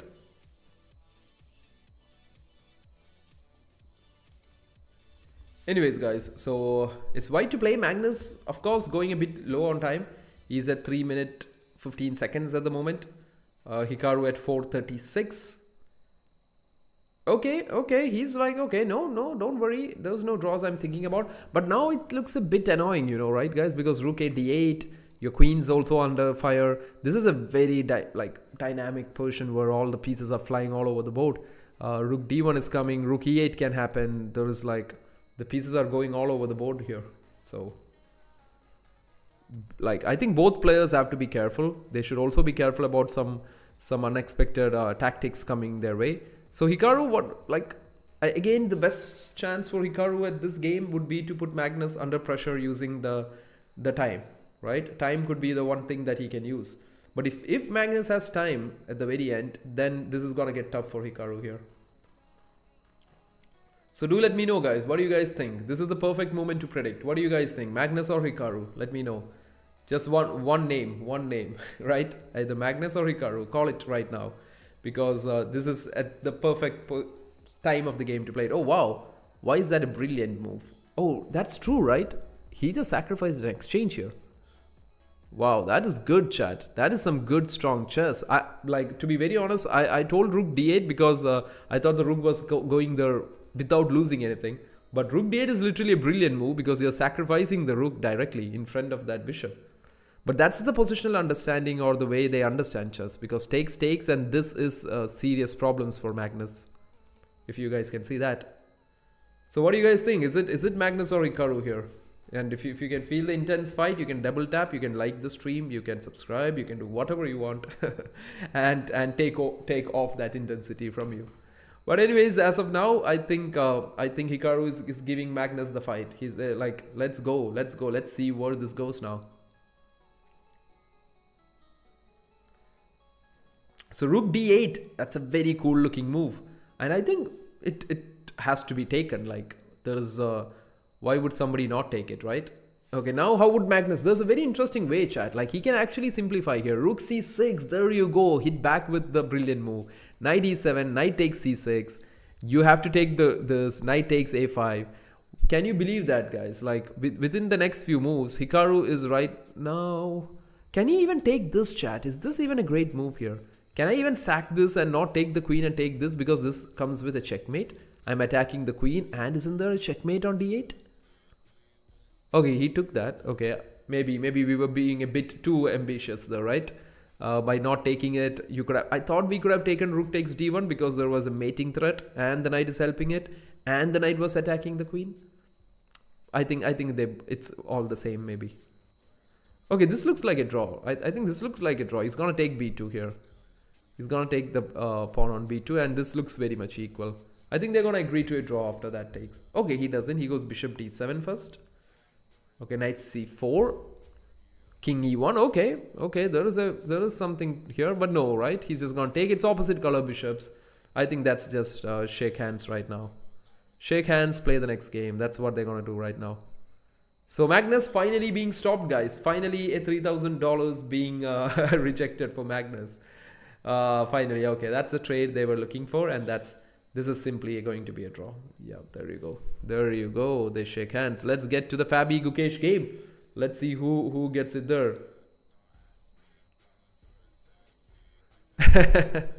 Yeah. Okay, that's a fun draw by both these guys. Fabi Gukesh going on, chat. What do you think about this one now? This is a real fight happening. Both down to 2 minutes. Can Gukesh finally pull a win after 2 days, literally? The last game he won was in, I feel it was on the first day. He had no wins on day 2. He has no wins on day 3. I really hope he finishes off on a high. And I really hope he wins few games. But his king side doesn't say the same. The story on the king side doesn't speak like that. It looks not nice, chat, to be honest. This knight could at some point go to f4. The rooks will go here. Fabi's pawn structures are looking better as we may be going into an endgame. I don't know. So I think the side to take here is definitely white, and Fabiano is trying to gain some points here and make sure he stays at the top 2 positions. Gukesh trying to pull himself out of the last position here. He would love to finish at least 3rd ahead of Hikaru, but I don't think it's possible anymore. After this, okay, maybe if he wins 2 games in a row, it is possible. Otherwise, it's not possible. So tough day for Gukesh again. Tough tournament, the Rapids. But he's getting there, guys. He will get there. Don't worry. Gukesh will definitely be there one day, where he will understand this format and he will be at the top of it. So they're trading some pieces. Maybe they're also hoping for a drawish finish here. So the rooks have been taken off the board. I think he will take rook takes. Okay, takes with the queen, Fabi. He's trying to make sure that he looks at some of these pieces. Okay, pawn to c5. This diagonal can be interesting, but the only good thing for Gukesh is that he can go queen f6 and block it. If more pieces are traded, maybe he can like hold this together. But otherwise, this structure still is the thing that tempts Fabi to try for a win in this game. Oh, sorry guys. I just felt a bit of a, what do I say about it? Okay, anyways, coming back to the game here.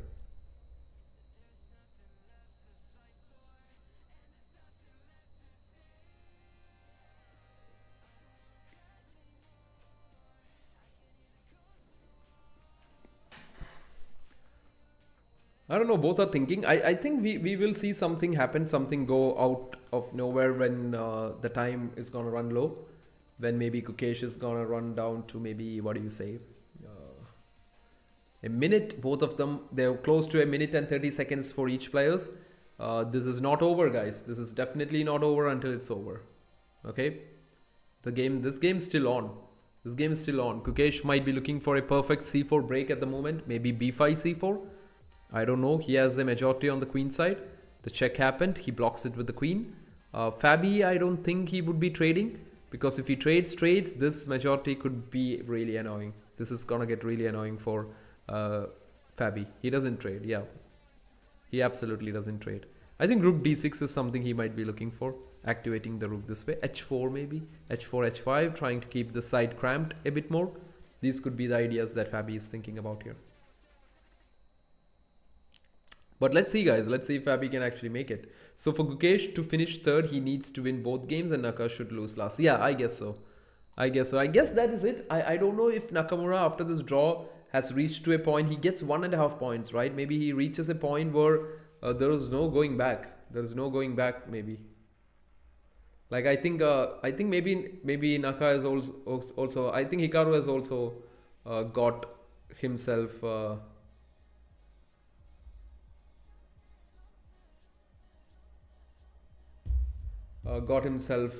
Done here. Gukesh is at 8, yeah? Okay, so but with this draw, Hikaru gets 14.5. Isn't it? 14.5? Or is it 13 after this draw with Magnus? If it's 14.5 and then Gukesh reaches 11, he could tie with Hikaru, maybe if he wins it. Right? But yeah, let's see. But Gukesh, I think he does have a chance here, chat. Because the time, Fabi is going low on time. You see that? Fabi is going low on time and this could go wrong. I think the queen trade, I don't know. The c4 break is really dangerous. Because once you break it, there is immense pressure on this pawn. This pawn on a2. Gukesh could literally finish this tournament on a high if he can win few games here against Fabi.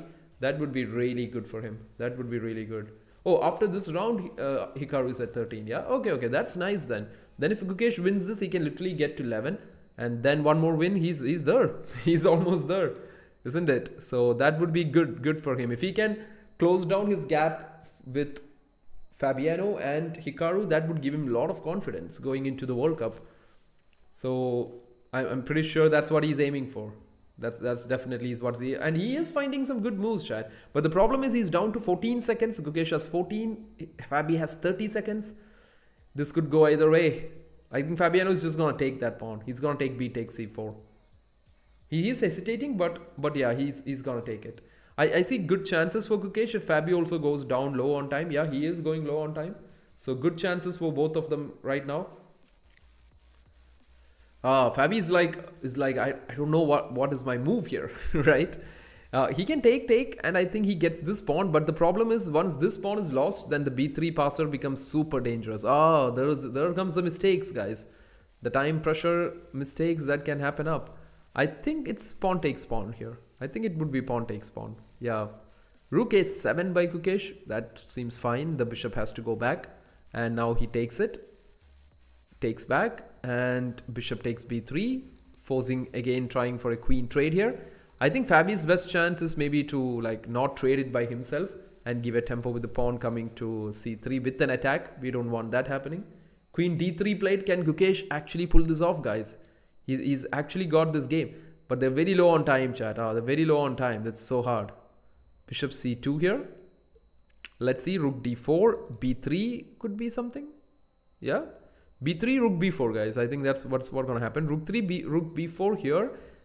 Then bishop d5. Then bishop d5, isn't it? Rook a2 means bishop d5, isn't it? Rook a2, bishop d5 could be bad for Gukesh. Yeah, he goes rook a1, correct. Because now if he goes here, you can go rook b1 and support this. Because Gukesh can't afford to lose this pawn. But the problem is now rook b7. And I think he will be forced to trade off the bishops, maybe. That's what I feel. That's why it might go into equality here. King f3 by Fabi. Okay, Fabi might feel like, okay, maybe I have something here. But that's really ambitious of him. Like Gukesh is really low on time. That's why he's trying. Rook d5. Good trap by Gukesh. If you take it, rook b1 back. That's really interesting. Oh, is it rook b1 coming back? But why can't he go rook b1 back? Okay, Fabi had sacrificed an exchange now. Okay. This is interesting, chat. This is interesting. Fabiano has got 2 extra pawns for this. Broken pawns for Gukesh. Connected 4 pawns. That is what Fabi has. Can he make some progress? Can literally white make some progress here? He goes king g2. Very interesting, because maybe he's planning f4 at some point and try to get in with the king the other way. Or is he gonna go h4? I don't know, Chad. This is very interesting. Like, it could be a draw. Like, see, I totally agree. It looks like a draw. Gukesh can like close in on anything and not let Fabi get into any ideas here. I think king here, maybe he has to go king h3, maybe. Oh no, but this is not easy, you know. He has to sack the pawn. Or okay, Fabi has gone wrong a bit, guys. Gukesh has just sneaked in with the king. Wow, he has really sneaked in with the king. Maybe bishop h5 here. Don't give up this pawn. Yeah, but then if you go rook here, he can go here. And once if Fabi can manage to get his king to f4, he's safe here. Yeah, so Gukesh, like, he's just holding on that line. This is it. Because unfortunately, he cannot go away from here. Like, Gukesh will go this way. I mean, Fabi will go that way and support it. But very low on time. Fabi is also below, what do you say? Oh, wait a second. He just gave up a pawn. He's just giving up 2 pawns. But it's still a draw. The king is very advanced. He will take this and then go on to take this also. It's still a draw. It's still a draw, chat. Don't worry. Don't worry. It's still a draw for both. Nobody's losing here. Good game. Really nice game by both of them. Really fun game. But I think with that ends Gukesh and his chances to finish third. He will be like, he has to settle with the final spot here. I think what really hurt Gukesh in the games were his losses against Magnus. He had multiple losses, which was like in the last 2 days he had to lose both the games to Magnus, which never helped him. A very fighting draw by both these players. A very fighting draw by Gukesh and Fabi. Very nice game. Yep, there you go. And okay, Hikaru and Magnus is like, we ain't waiting for anybody today. Let's go. Next round. Final game, guys. And we are done today. It's an early day today, yeah? So Hikaru, what's happening here? What's Hikaru playing here? He plays e4, yeah? And we get a 4 knights on the board. Hikaru goes for the same move that he tried on day 1. I think we have somebody who by mistake subscribed, yeah? Okay, no. Somebody really subscribed. What's the name, though? Jax? What was that? Sorry, man. I just missed that. I didn't see it. But thank you so much for the sub. Love that you guys are joining in, and I will try my best that I throw in more stuff for you guys. Yep.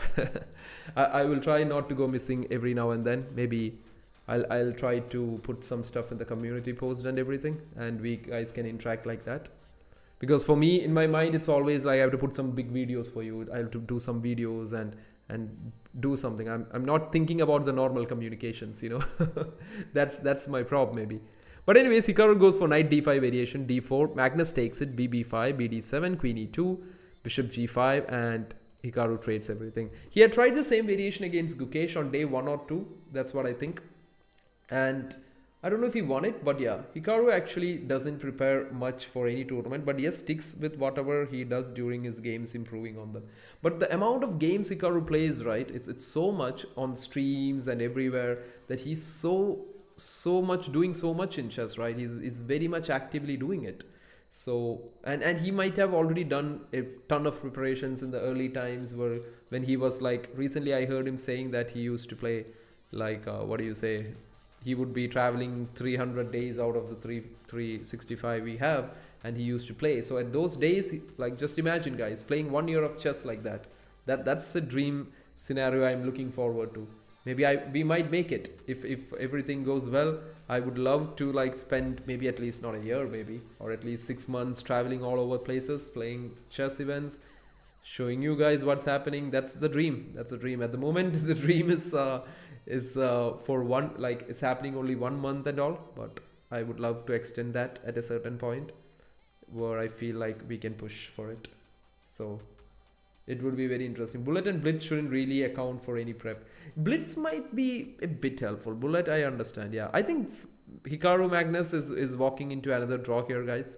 It's a dead equal position. I think everybody has already understood that there is nothing to fight for anymore. It's just the $3,000 though. I think that's something to definitely fight for. Yeah, you can go have some very good snacks with that. So I think they are, right? They are fighting for it. But anyways, chat, like, I think castles here, okay. Let's see what Magnus goes here. Rook d8. Wow, that's a good idea, right? He's ready to trade it. He's not bothered that the king can't castle. The king will simply go to c8, and the next rook trade will also be initiated. So pretty cool stuff by Magnus. This is dead equal. I don't see anything special here. Rook d1, king. Maybe e7 is also fine. You know, it looks safe around this pawn, like clump of pawns here. And I think rook d8 could happen, and then this is all done. It's drifting towards a draw. I don't see anything special in this position. Of course, Magnus has his king in the middle, but that should not be enough.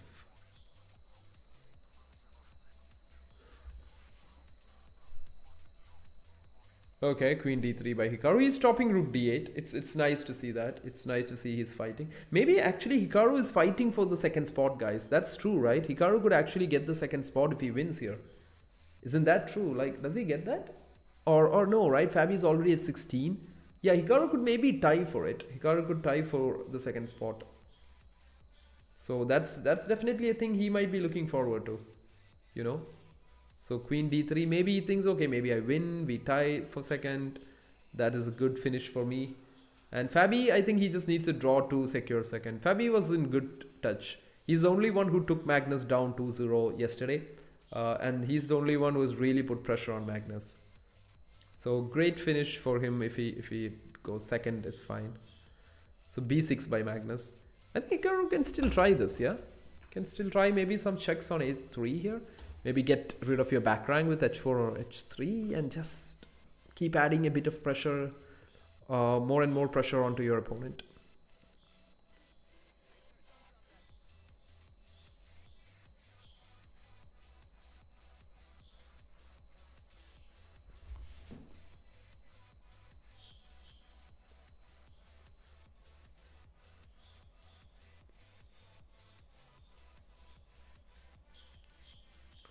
So let's see this chat.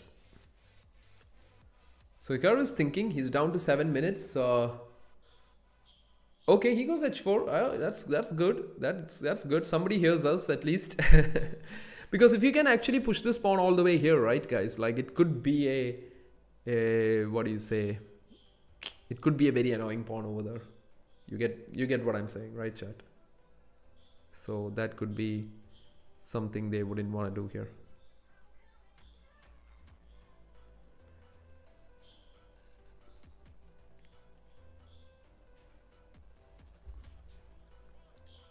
Also, guys, I'm also planning to get a very interesting stuff on chess studies, and we could actually try to find some time out and do that. Like recently, I've been doing a lot of studies and stuff, which is interesting. You know, like looking at studies really can get your imagination going. So that's something we should definitely think about going forward. So a5 on the board here. Queen a3 is very tempting, right? Queen a3 check, and I don't know where this could go. Yeah, queen a3 check. Would the king actually come up the board? That would be very interesting. Are they gonna call it a day? They're calling it a day. Yep, there you go. There you go, chat. That's it. They're like, okay, we have had it. That's it, a day for Hikaru and Magnus here. We get to watch Gukesh. We get to watch Gukesh Fabi. I think they will still fight. Gukesh definitely would want to finish with a win for sure. That's for sure. I don't think he will be like too tired to like be like, okay, I'm gonna take a draw. He's young. He's gonna fight. He needs to fight, and I think he will. I'm just waiting to see if they've actually agreed to it. Yeah. Magnus is like, okay, I've got all the shopping stuff that I want for the day.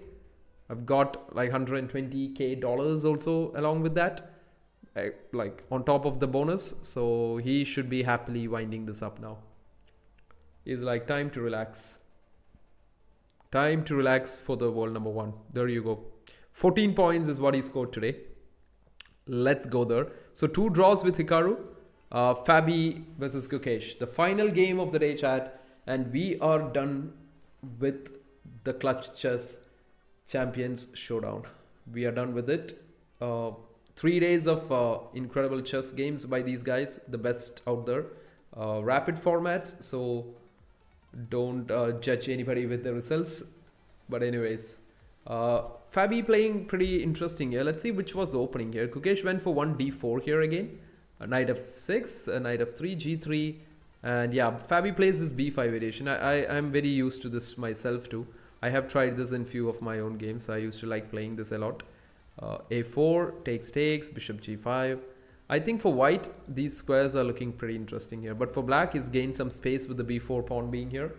And this looks nice. A5, knight e5, trade, d6, knight d7. c6 is weak. c6 is a square that's weak. Gukesh would definitely love to get something there.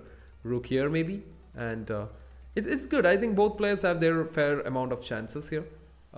Maybe Gukesh would just take and play e3 and create a very interesting pawn structure here, followed by knight coming to c4. And yeah, this looks like a fair enough game to watch till the end. So a good one to finish the day off, guys. Like a final Gukesh, Fabi, very calm. Two very calm looking guys, like very nice guys playing a final game of rapid games to finish our 3 day of streams. Day 1, day 2 and day 3. You guys can always find the streams in the videos, and yeah, it was really interesting. So, and I think we came very close to hitting 300. I think before we started the stream, I think that would have been the whole goal if you want to hit the subways. But that's fine. It's fine. We'll get there. We'll get there. No rush. So e3 by Gukesh. I think he's also like getting ready to take the f6 knight at some point or the other. And I think he will just develop his other pieces. Yeah, there you go. They're going for a trade. I think rook c1 would happen after that, maybe.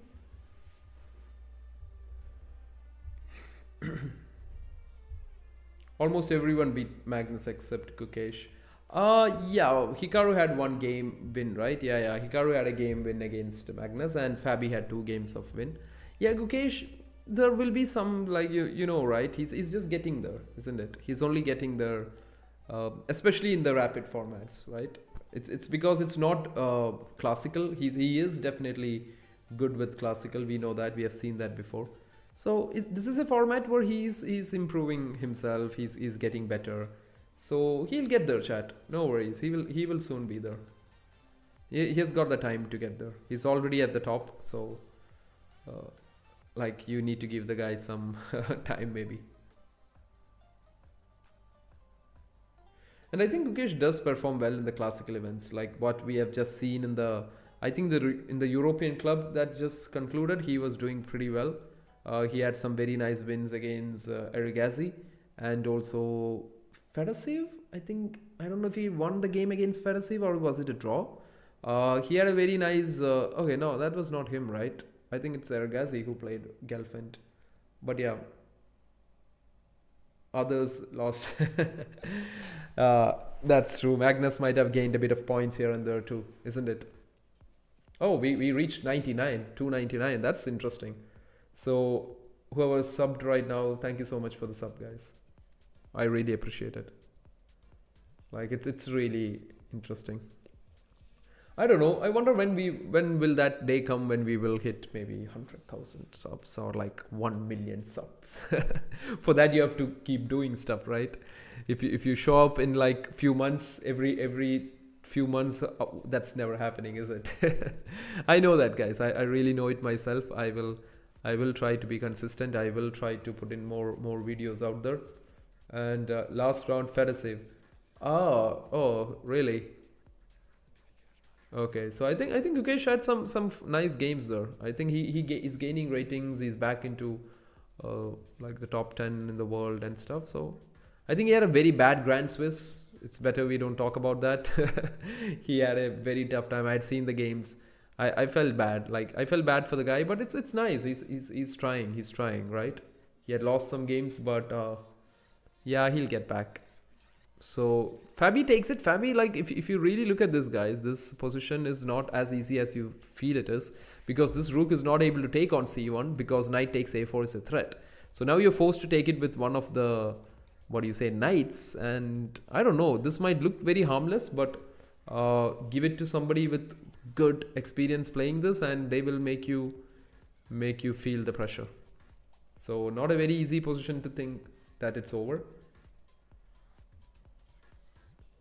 Oh, why? Why was it a great boost for women's chess? Really? Who won that actually? Oh, really? Sorry, but I'm not asking in that way. I think, yeah. Because I. Oh, yeah. Okay. In that way, yeah. In that sense, yeah. I thought there was something special happening in the other section also. Yes. I saw those games. Yeah, I did see those games. Yeah. Okay. I thought there was something in their section itself that was special, but yeah, I get it. That was nice. That was nice. It is good to see. I think they should play more. Even I think they should play more into the open sections, which will really help them boost their chess. I think that's something that Judith Polgar always did. She used to fight it out with the guys out there and just take them down one by one. Whoever it was, Caspro, anybody coming her way was in danger. So yeah, I really appreciate that.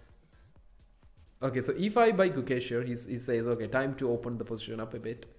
That was quick. Good spot by Gukesh, immediately hitting e5. Because it's a decision. See, guys, these are the decisions that play a big role. The decisions to open up the position, when to open it up, when not to open it up. These are the things we need to be very good at. And yeah, we are off to the last few minutes, close to the last 10 minutes of the final game. Let's see if it ends in a very interesting result. If Gukesh can finally find his win in the very last game of the event against Fabi, which would definitely give him a good send-off from San Luis. He would have good memories. Otherwise, it would be a tough day. Yeah, because he had a great start on day 1. He even went on to lead the tournament there. But unfortunately, day 2 and 3 was not his days, right? Yep, those were the days, right? I think. Give me a second, chat.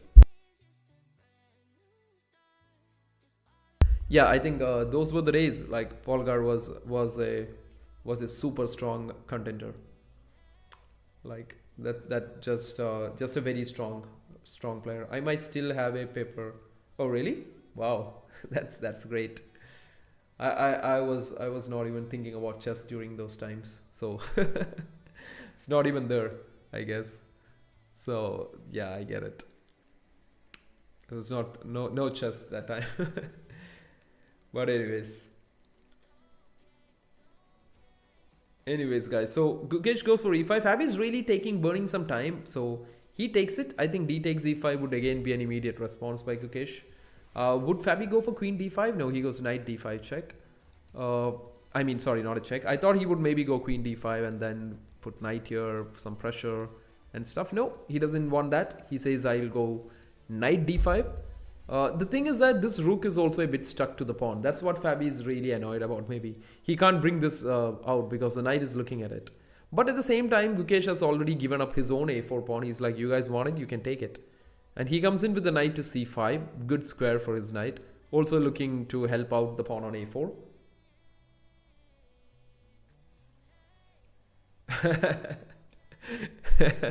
No. Like that's not what I was trying to say. But anyways, guys, coming back to this one. So let's see where this game's going. The last and final game of the day, or literally the last and final game of this event at St. Louis Chess Club, the Clutch Chess Champions Showdown, which is happening in the US. 4 of the world's best players participated in it. The world number 1, Magnus, world number 2, Hikaru, world number 3 and the US champion Fabiano, and the current world champion Gukesh Domaraju. Magnus has already won the event. It's all over. Second position is for Fabiano. Third is Hikaru. And fourth would be Gukesh. Gukesh had a great start on day 1. He was literally leading the tournament then until he crumpled on day 2 and 3. He couldn't keep it going on to day 2 and 3. But other than that, it was a lot of fun chess. It was 10-minute rapid games. After this, we have the World Cup happening, I guess. next month, in a week or in few days, in India, in Goa, India. So that would be pretty interesting. That would be because the top three from the World Cup literally qualifies for the candidates, and that's not a small thing. That's a really big thing, because the candidates, the winner of the candidates, will be the guy who's gonna go to face Gukesh for the World Championship. So the World Cup is definitely a big event. It is a very big event right now that would happen, and a lot of the guys would really want to get that spot. It's gonna be a fight for that spot. Already the people who have qualified for the candidates, guys, by the time Gukesh is thinking, I'll just let you guys know that it's Fabiano is already in it through the Grand Chess Tour of the previous year. I feel Anish Giri is in it. He has won the Grand Swiss that happened a few months ago. Matthias Blubam, who came runner-up in the Grand Swiss.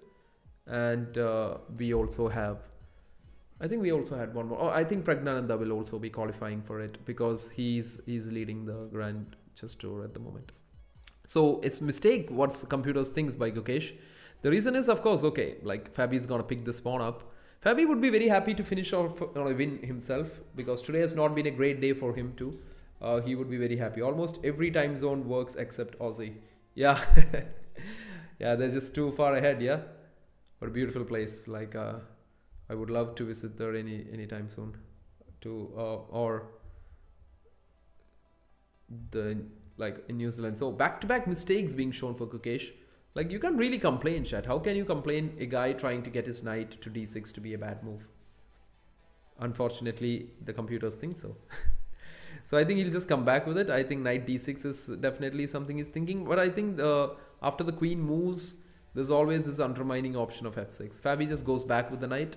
Gukesh down to 5 minutes. Fabiano has 3 minutes 30. If Gukesh can take Fabi low on time, he still has a chance to make it back.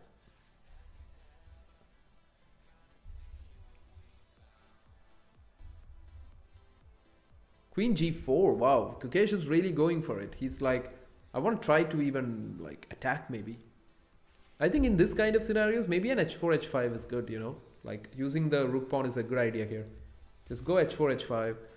He's got the open c file. Like, he has got his stuff, but I don't think this attacking ideas or his like the aggressive plans are not gonna work once the, what do you say, guys? If the pieces are getting traded off, you know. Let's see how Fabi actually shows us how to convert this advantage here. Or would Gukesh be able to show us some good finish here? This will be an interesting fight till the end.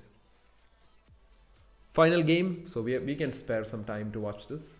No rush, no hurry. We can spend some time, yeah. And because we are done after this chat. So Queen g4 on the board. Let's see where this goes.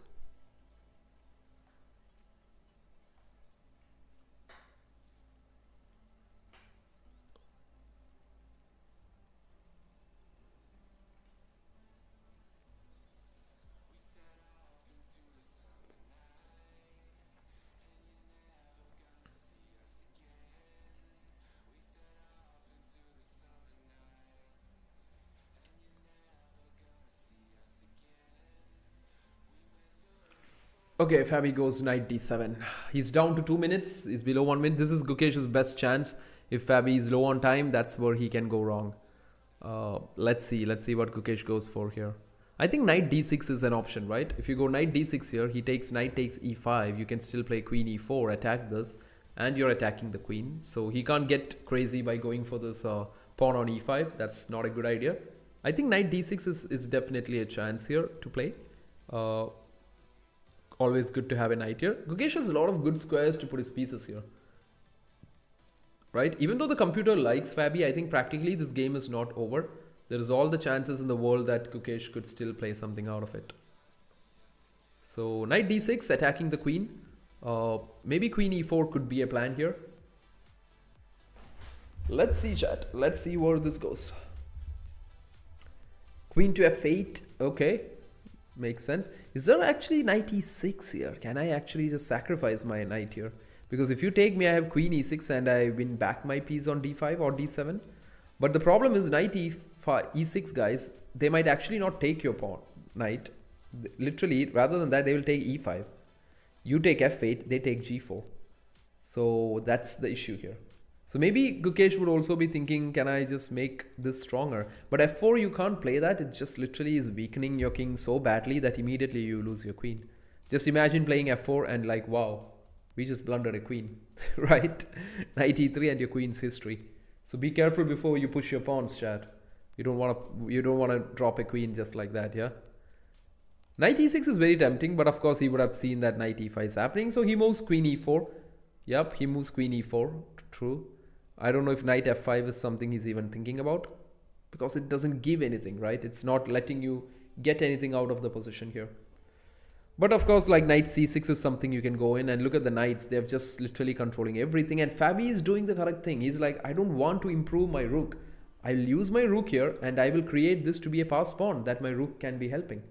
So pretty interesting idea by Fabi here. He's not like in this, he's not traumatized by the fact that my rook is not improved. Instead, he's like, okay, let the rook stay on a8. We'll improve it in that way. I'll just push all the pawns here, right? So that's what he's trying to do. Looking good for the US champ. Is he gonna finish this, finish the event with a win over Gukesh, which would be a good finish for him too. But Gukesh still has his chances. He has 3 minutes on the clock. Fabi's down to 1 minute 30. If Gukesh can speed up, he can literally maybe put something here. He can really do something out of this. f4, wow, good that the queen's not here anymore. Knight e3, but as I said, chat, like it's really looking like a bit of a weakening kind of scenarios. Maybe you can just put your king to h3, right? I think that's the point, right? You can actually put the king to h3 here, and that looks absolutely fine to do. And let's see what happens though. Maybe a3 will happen. I think a3. Fabi's just gonna improve this. It takes. He's just gonna use the pawn here, and then the queen can slide on to the b file. This knight is always here to help. This knight can join at some point if wanted, and I think they're doing absolutely good, right? I really feel Fabi's doing good. Can Gukesh hold this? It's the big question. He is trying. He's trying his best to hold on to this at the moment. Oh, g6 by Fabi. Why would we do that? Like, why all the holes over here? A bit. Oh wow, whoa, wow. Gukesh goes f5. That's interesting. That's the kind of move you're looking for, chat. That's what you want to play. G takes f5 and Gukesh is gonna go like, I'm gonna go knight f5. What are you gonna do about this now? That is interesting, chat. I think Fabiano should not have even touched these pawns. He should have just gone a3 with it. But that's really cool. I think we are off for a fun finish to the last game. The final round, we are gonna end up in a very interesting way. If you guys find this interesting, you can always like the stream. You can share, you can subscribe, and you can release all the intensity like that.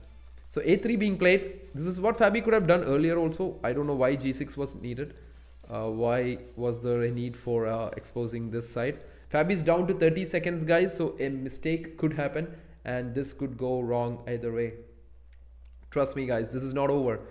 You might see the bar on the side, and you will be like, oh wow, Gukesh is bad. Like Fabi's gonna win. No. With somebody who's down to 30 seconds, anything can go wrong. Absolutely anything. And Gukesh still has 2 minutes 20 seconds. That's a good thing for him. I really feel he could actually make a comeback out of this. And I really hope, like, if there is no big difference in the standings, I would be happy if Gukesh wins this game. He has not had a win on game 2. He has not had a win in day 2 or 3. So to finish the tournament with a win would be really motivating for him going for the World Cup. So I hope he actually gets that. I hope I'm not muted. Yeah, I'm not. Sometimes I talk a bit and then I see that, oh wow, I'm muted. So anyways, let's see what's gonna happen here. The rook is on c1. Let's see what they could try to do in this one. Can Gukesh create some complications here that can turn things around for him? Yeah, not muted. Thank you. No, sometimes I just say and at the end I'm like, oh, am I muted? No. Anyways, guys, a3 being played. Let's see where this takes the game. But a good final day. We were able to see some great Magnus Carlsen masterclasses. If you don't want to miss that, you can go back and watch it. Magnus just gave some amazing chess today. Made everybody understand why he is still the world #1 player out there.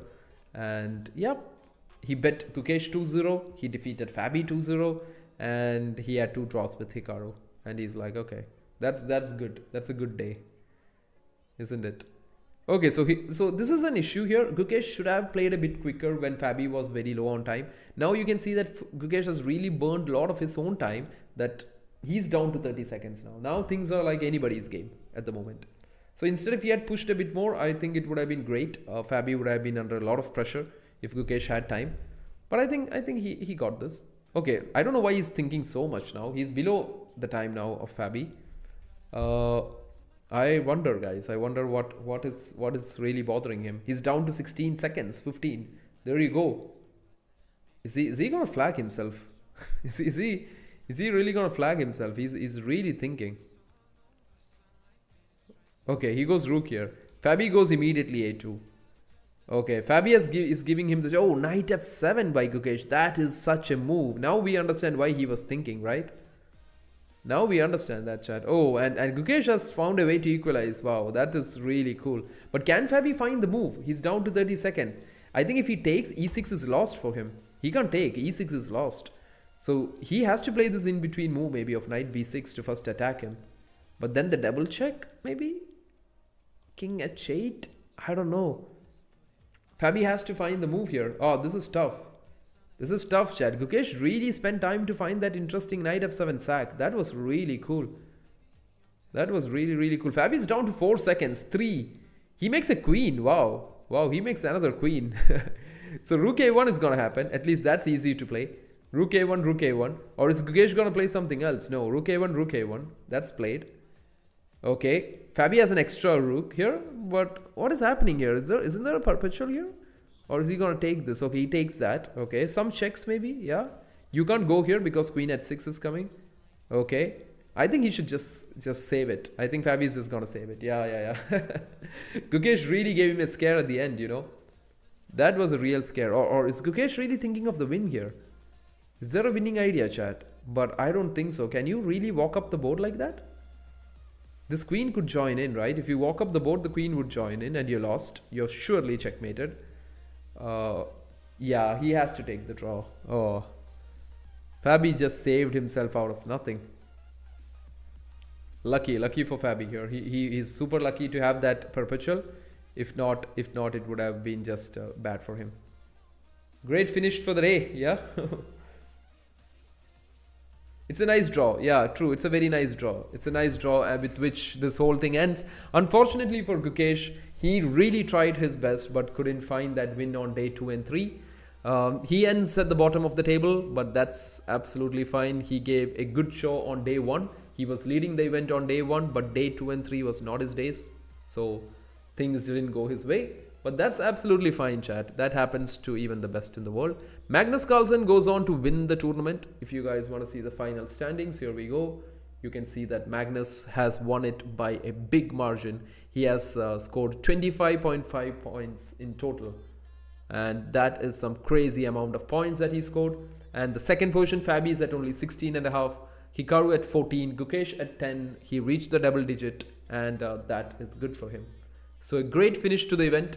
Magnus wins again one more Champions Showdown. Takes home a big amount of money. And he would be very happy with that.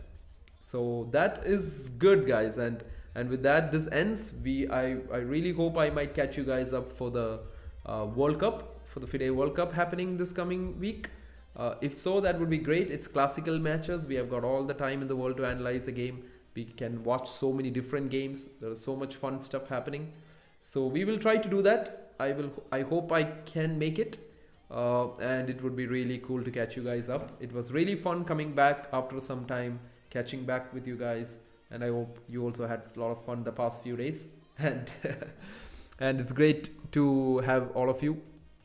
Until I see you the next time, I hope you guys take care. I will see you. Bye.